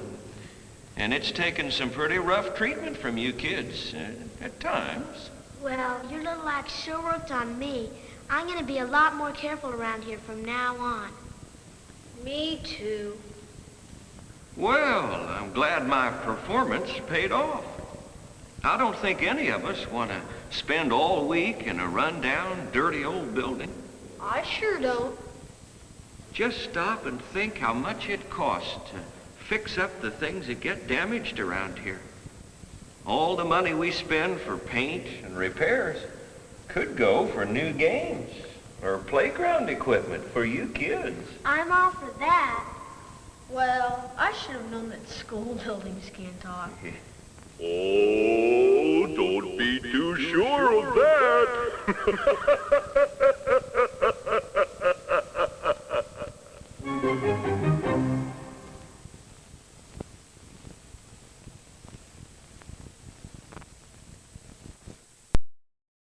Creepy.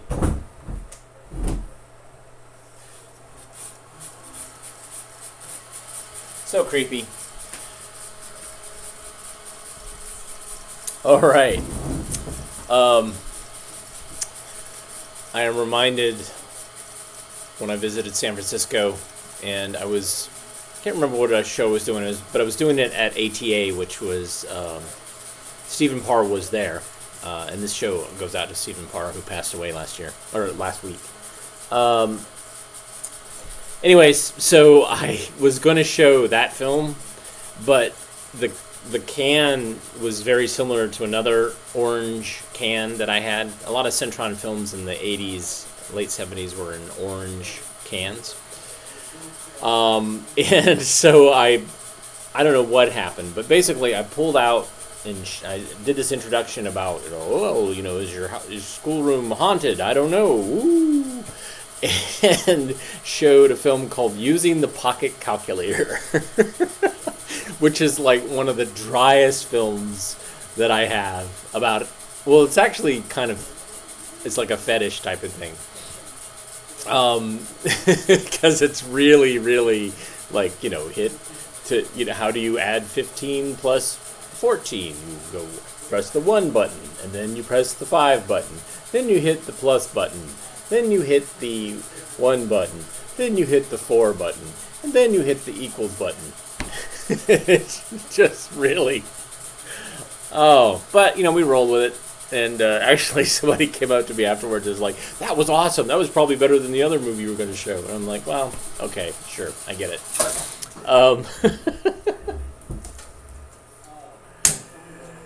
So, alright. I asked you guys which movie you wanted to see, and it was close. But, people want to see Winter of the Witch. And,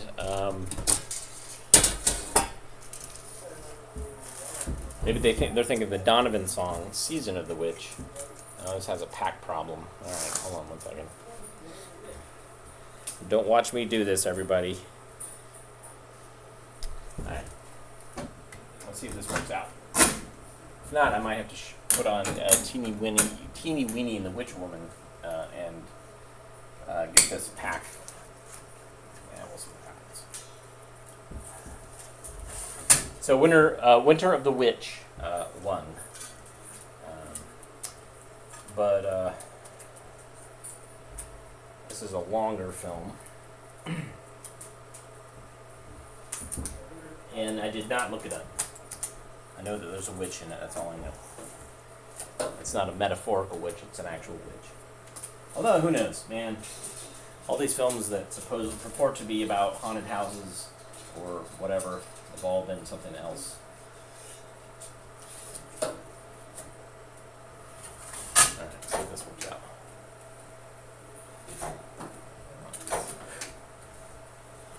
Well, this has got some...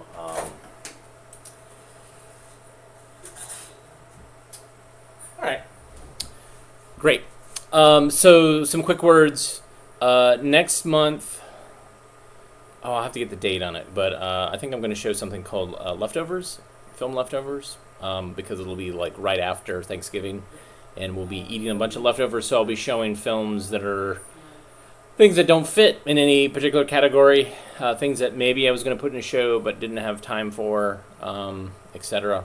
Plus, I got a bunch of stuff on eBay recently and a lot of weird stuff that I want They just don't fit in one show. Like, so I might smoosh them all together and make a delicious turkey and dressing sandwich with them. So for your delight in horror. Oh crap. So I can never do this right. So if I do right there, you can donate at patreon.com/avgeeks. That's a place, it's kind of like a subscription/tip jar.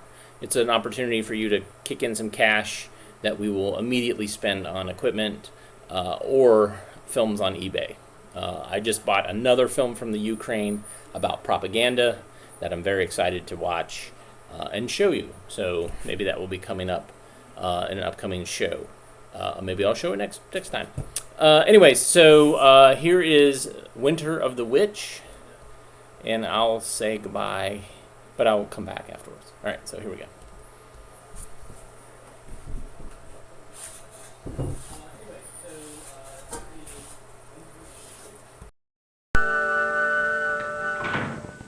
One day, Nicky and his mother decided to leave Noise and go to live in the country, where the air is fresh and life is more peaceful. Early in the morning, as the city was waking up, they packed their small car and prepared to leave.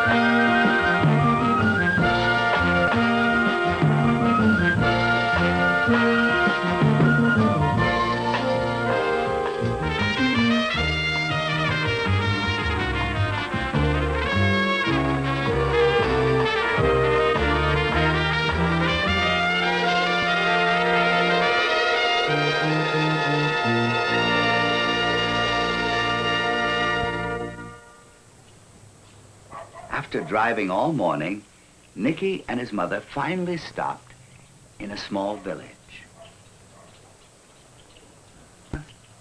They visited a man who sold houses. Madam, you have come to the right place. I have all kinds of houses at all kinds of prices. Small, medium, large, extra large, red, white, or blue, old or new, you name it, Dudley Poindexter will come through. Now, just what kind of a place did you have in mind? Well, something comfortable. Small, but comfortable. With a fireplace and bright rooms. I have just the thing for you. 20 rooms, 5 bedrooms, 3 chimneys, and 2 kitchens. Oh, I'm afraid that's going to be a bit beyond our budget. I may be out of my mind. I may be crazy. I am going to make a deal for you. Madam, the place is yours for $500. A whole house for $500? How about 400? Lovely. Sign right here.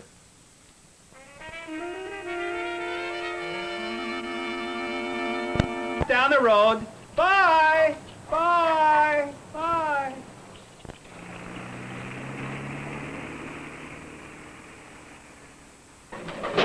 Basil! Basil! Basil! Basil, wake up! Wake up! Basil, come on, wake up! Basil, listen to me! Listen to me! You know that old haunted house way out on the edge of town? Well, I finally sold it!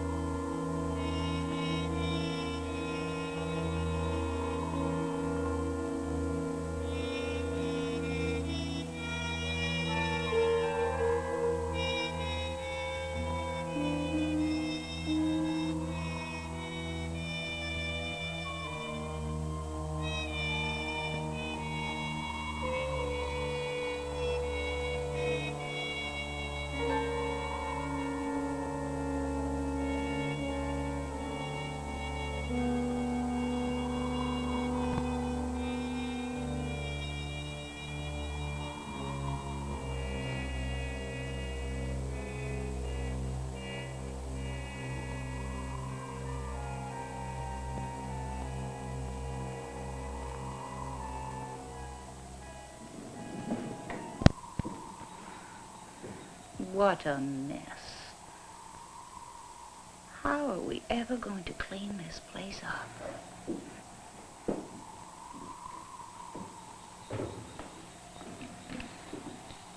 It's cold, Mommy. Can I make a fire? Yes. I think we could use some heat.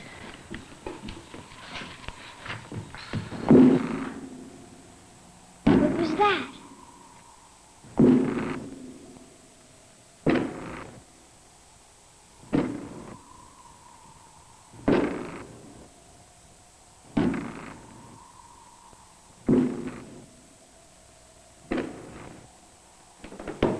And what are you doing in my house? Who are you? I'm a witch. That's who I am. And this is my house. This is our house because we bought it. Your house. Bullweeds. I've lived here for 300 years. Maybe she's a witch. Maybe indeed.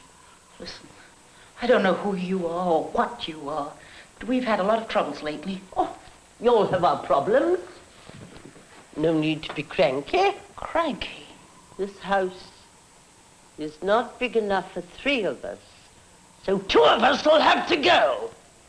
Oh! We are not leaving our new house. And I'm not leaving my old house. Besides, where would I go? There aren't many broken down houses left nowadays. Listen, if you want to do something useful, why don't you help us clean up this house? Clean up this house? Oh, impossible. This house has to have cobwebs in every corner, black curtains at the window, and wall-to-wall dust on the floors.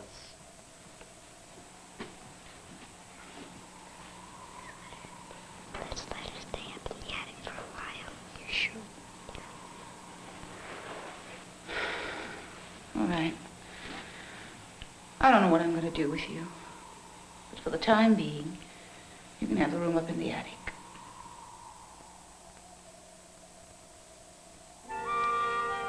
The old witch was not at all pleased with her new company, but there didn't seem to be much else for her to do but retire to the attic, which she had to share with 3 bats, a mouse, and her big black pot.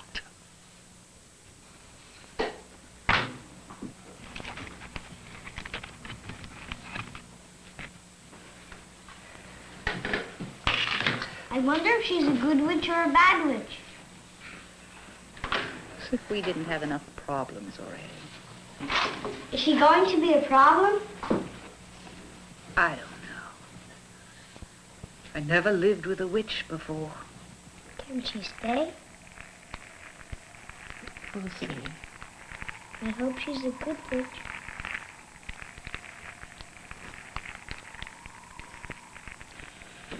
Time for bed, Nicky. We'll talk about it in the morning.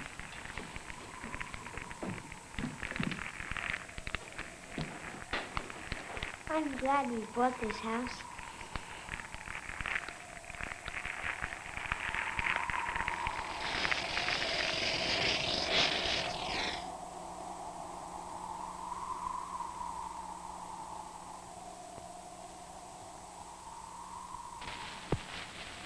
I'm unhappy, so unhappy, for I can't see the one I love.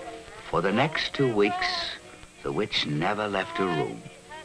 Every night she played old music on an old phonograph. And every day she would sit in bed reading the newspapers which Nicky brought to her. The old witch became gloomy and depressed. The news was always bad, and none of the want ads ever seemed to want an old witch.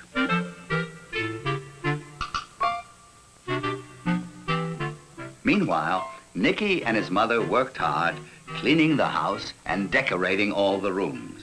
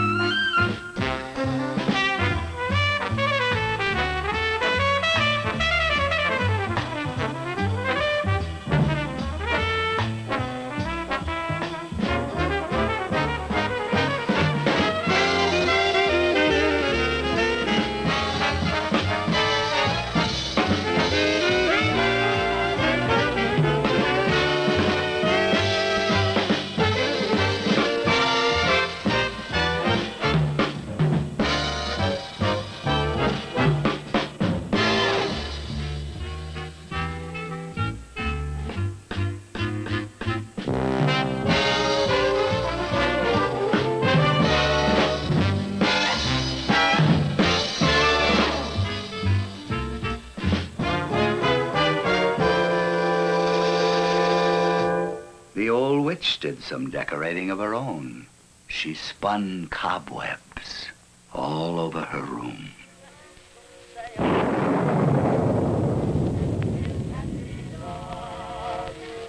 One single day, I keep saying, always saying, goodbye, I'm through. But each time I see her again, all over, the one I love belongs. Why are you so gloomy, witch? I'm old and unwanted. The world's so full of evil nowadays that people don't need witches anymore.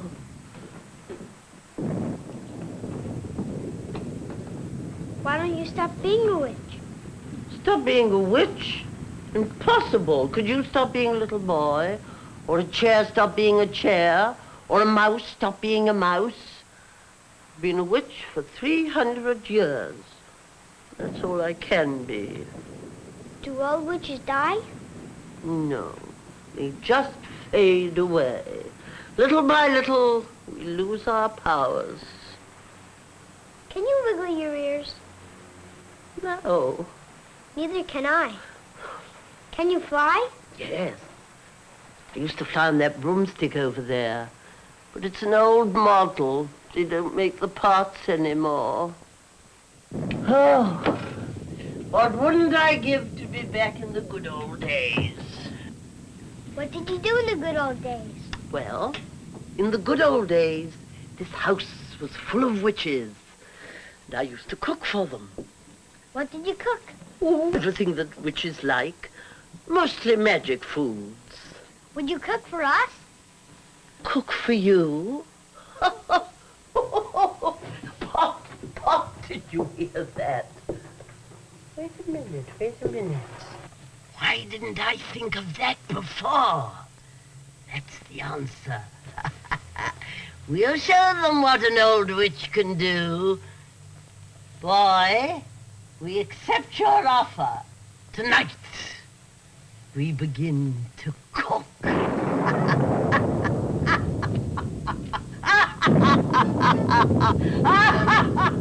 And so all that night, the old witch worked hard, cooking up a strange brew in her big black pot. Can I taste? What? Can I taste? Not now. But when I'm finished, you can have as much as you like.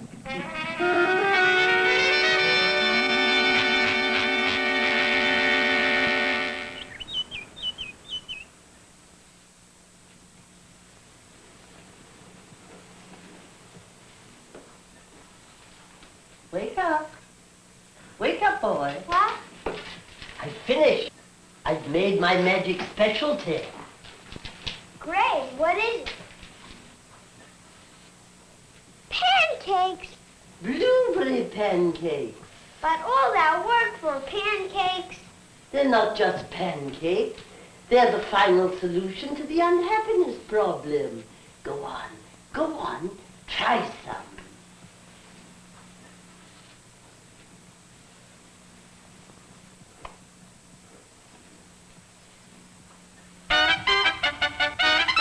Wow. They're magic pancakes.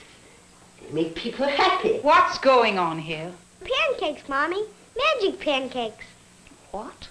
I've been cooking. Making a mess is more like it. You try some, it'll do you good.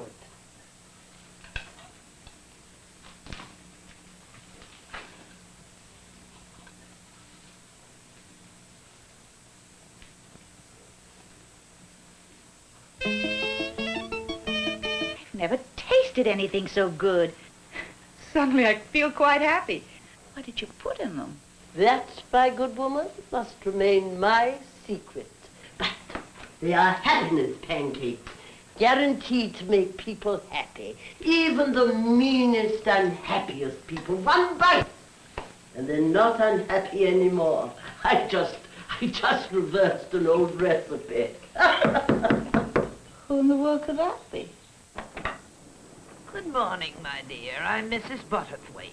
And I'm Mrs. Marmaduke. We're from the Ladies' Auxiliary. The ladies' auxiliary of what? Everything. You name it, we're the auxiliary. We just popped in to welcome you.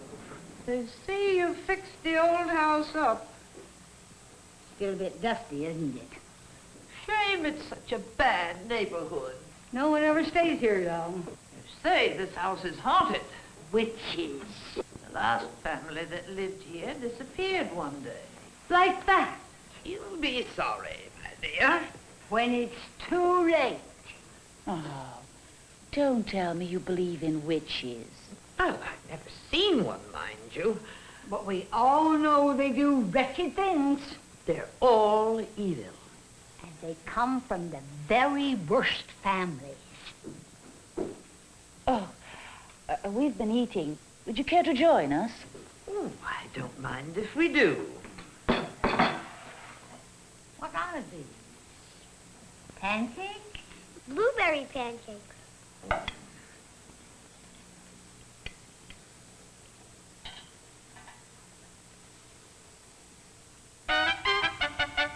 Not bad.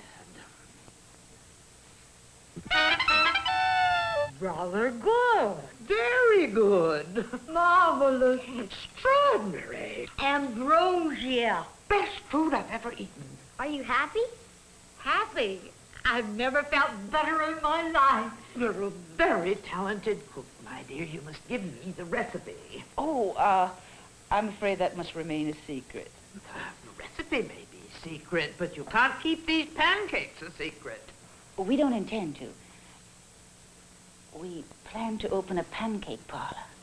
Why, that's a splendid idea. Make a lot of people happy. My dear, it's been a lovely visit, and I wish you the best of luck. And if you need any help, don't hesitate to call our master. I won't.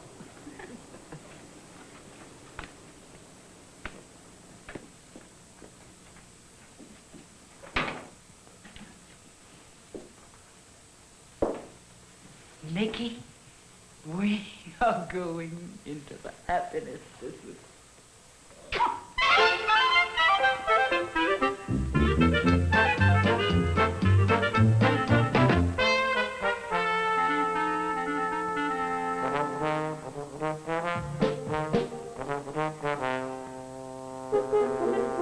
The next day, Nicky and his mother began turning their living room into a pancake parlor.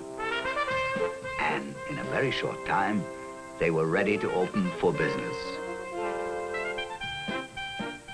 On the first day, they invited all the neighbors to come to a gala pancake party.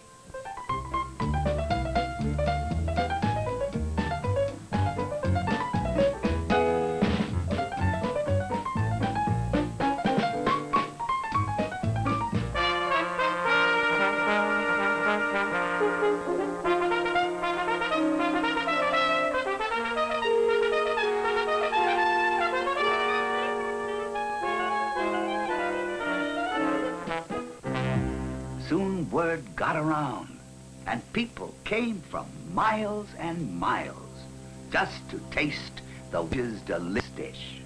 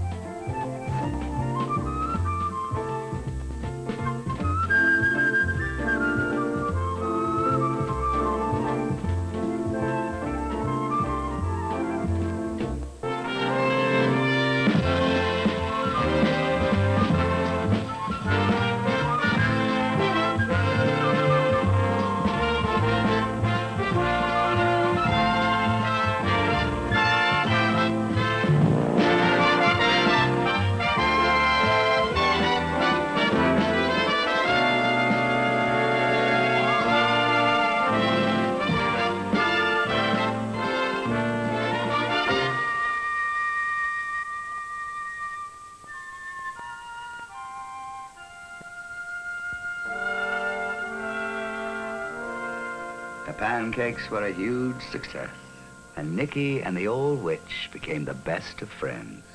He helped her in the kitchen, and every day they took long walks together in the country.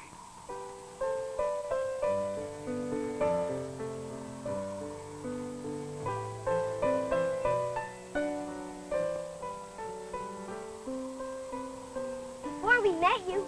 Were you a good witch or a bad witch? Bad witch. Very bad. Ah, but that's very good for a witch. See, in those days, people needed a little scaring now and then. But times have changed. People are already scared. They need something they can believe in. And I've given them something to believe in. The goodness of the pancake. Watch. Watch how people are eating my pancake. They're all happy. Some of them are happy for the first time in their lives. And you're happy. And your mother's happy. The house is happy. And when people are happy, then they want to make other people happy. Someday, when everyone is happy, then I'm going to start scaring them again.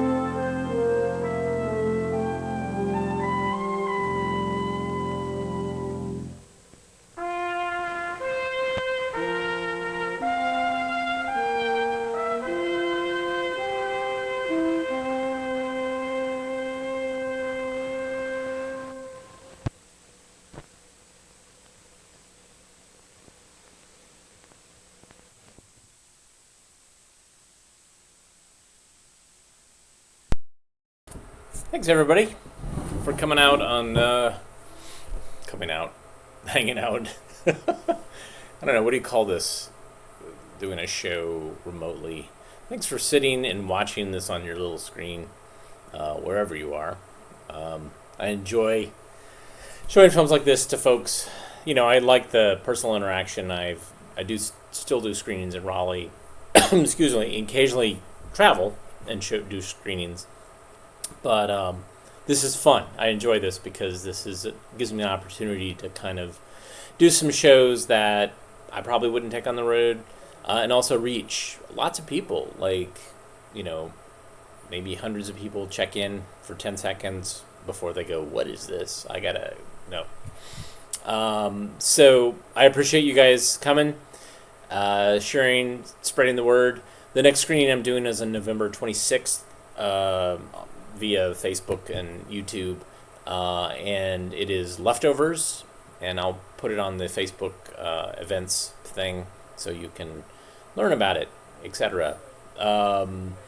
If you like what you saw, you'd like to support the AV Geeks as far as you know what we do, you can donate. Man, this is just donate. This is crazy. It's not a mirror. It's like the opposite of a mirror, so it's very difficult. You can donate at Patreon. You can also buy AV Geeks DVDs at avgeeks.com. But the biggest thing you can do is just share and tell people about AV Geeks and about educational films. There's a lot of people out there that put stuff up on YouTube and Internet Archive and stuff, and so there's thousands of films up there and out there, and I'm pushing to get as much as my films online as I can. Legally, and so that's what 28,000 films? No, 25,000 films. It's a lot. So I'll see you again November 26th. If you're in Raleigh, there's some other shows coming up. You can go to the avgeeks.com or the Facebook page AV Geeks and see what events are coming up in November. Otherwise, thanks guys for coming out, and I will see you again soon. All right, farewell.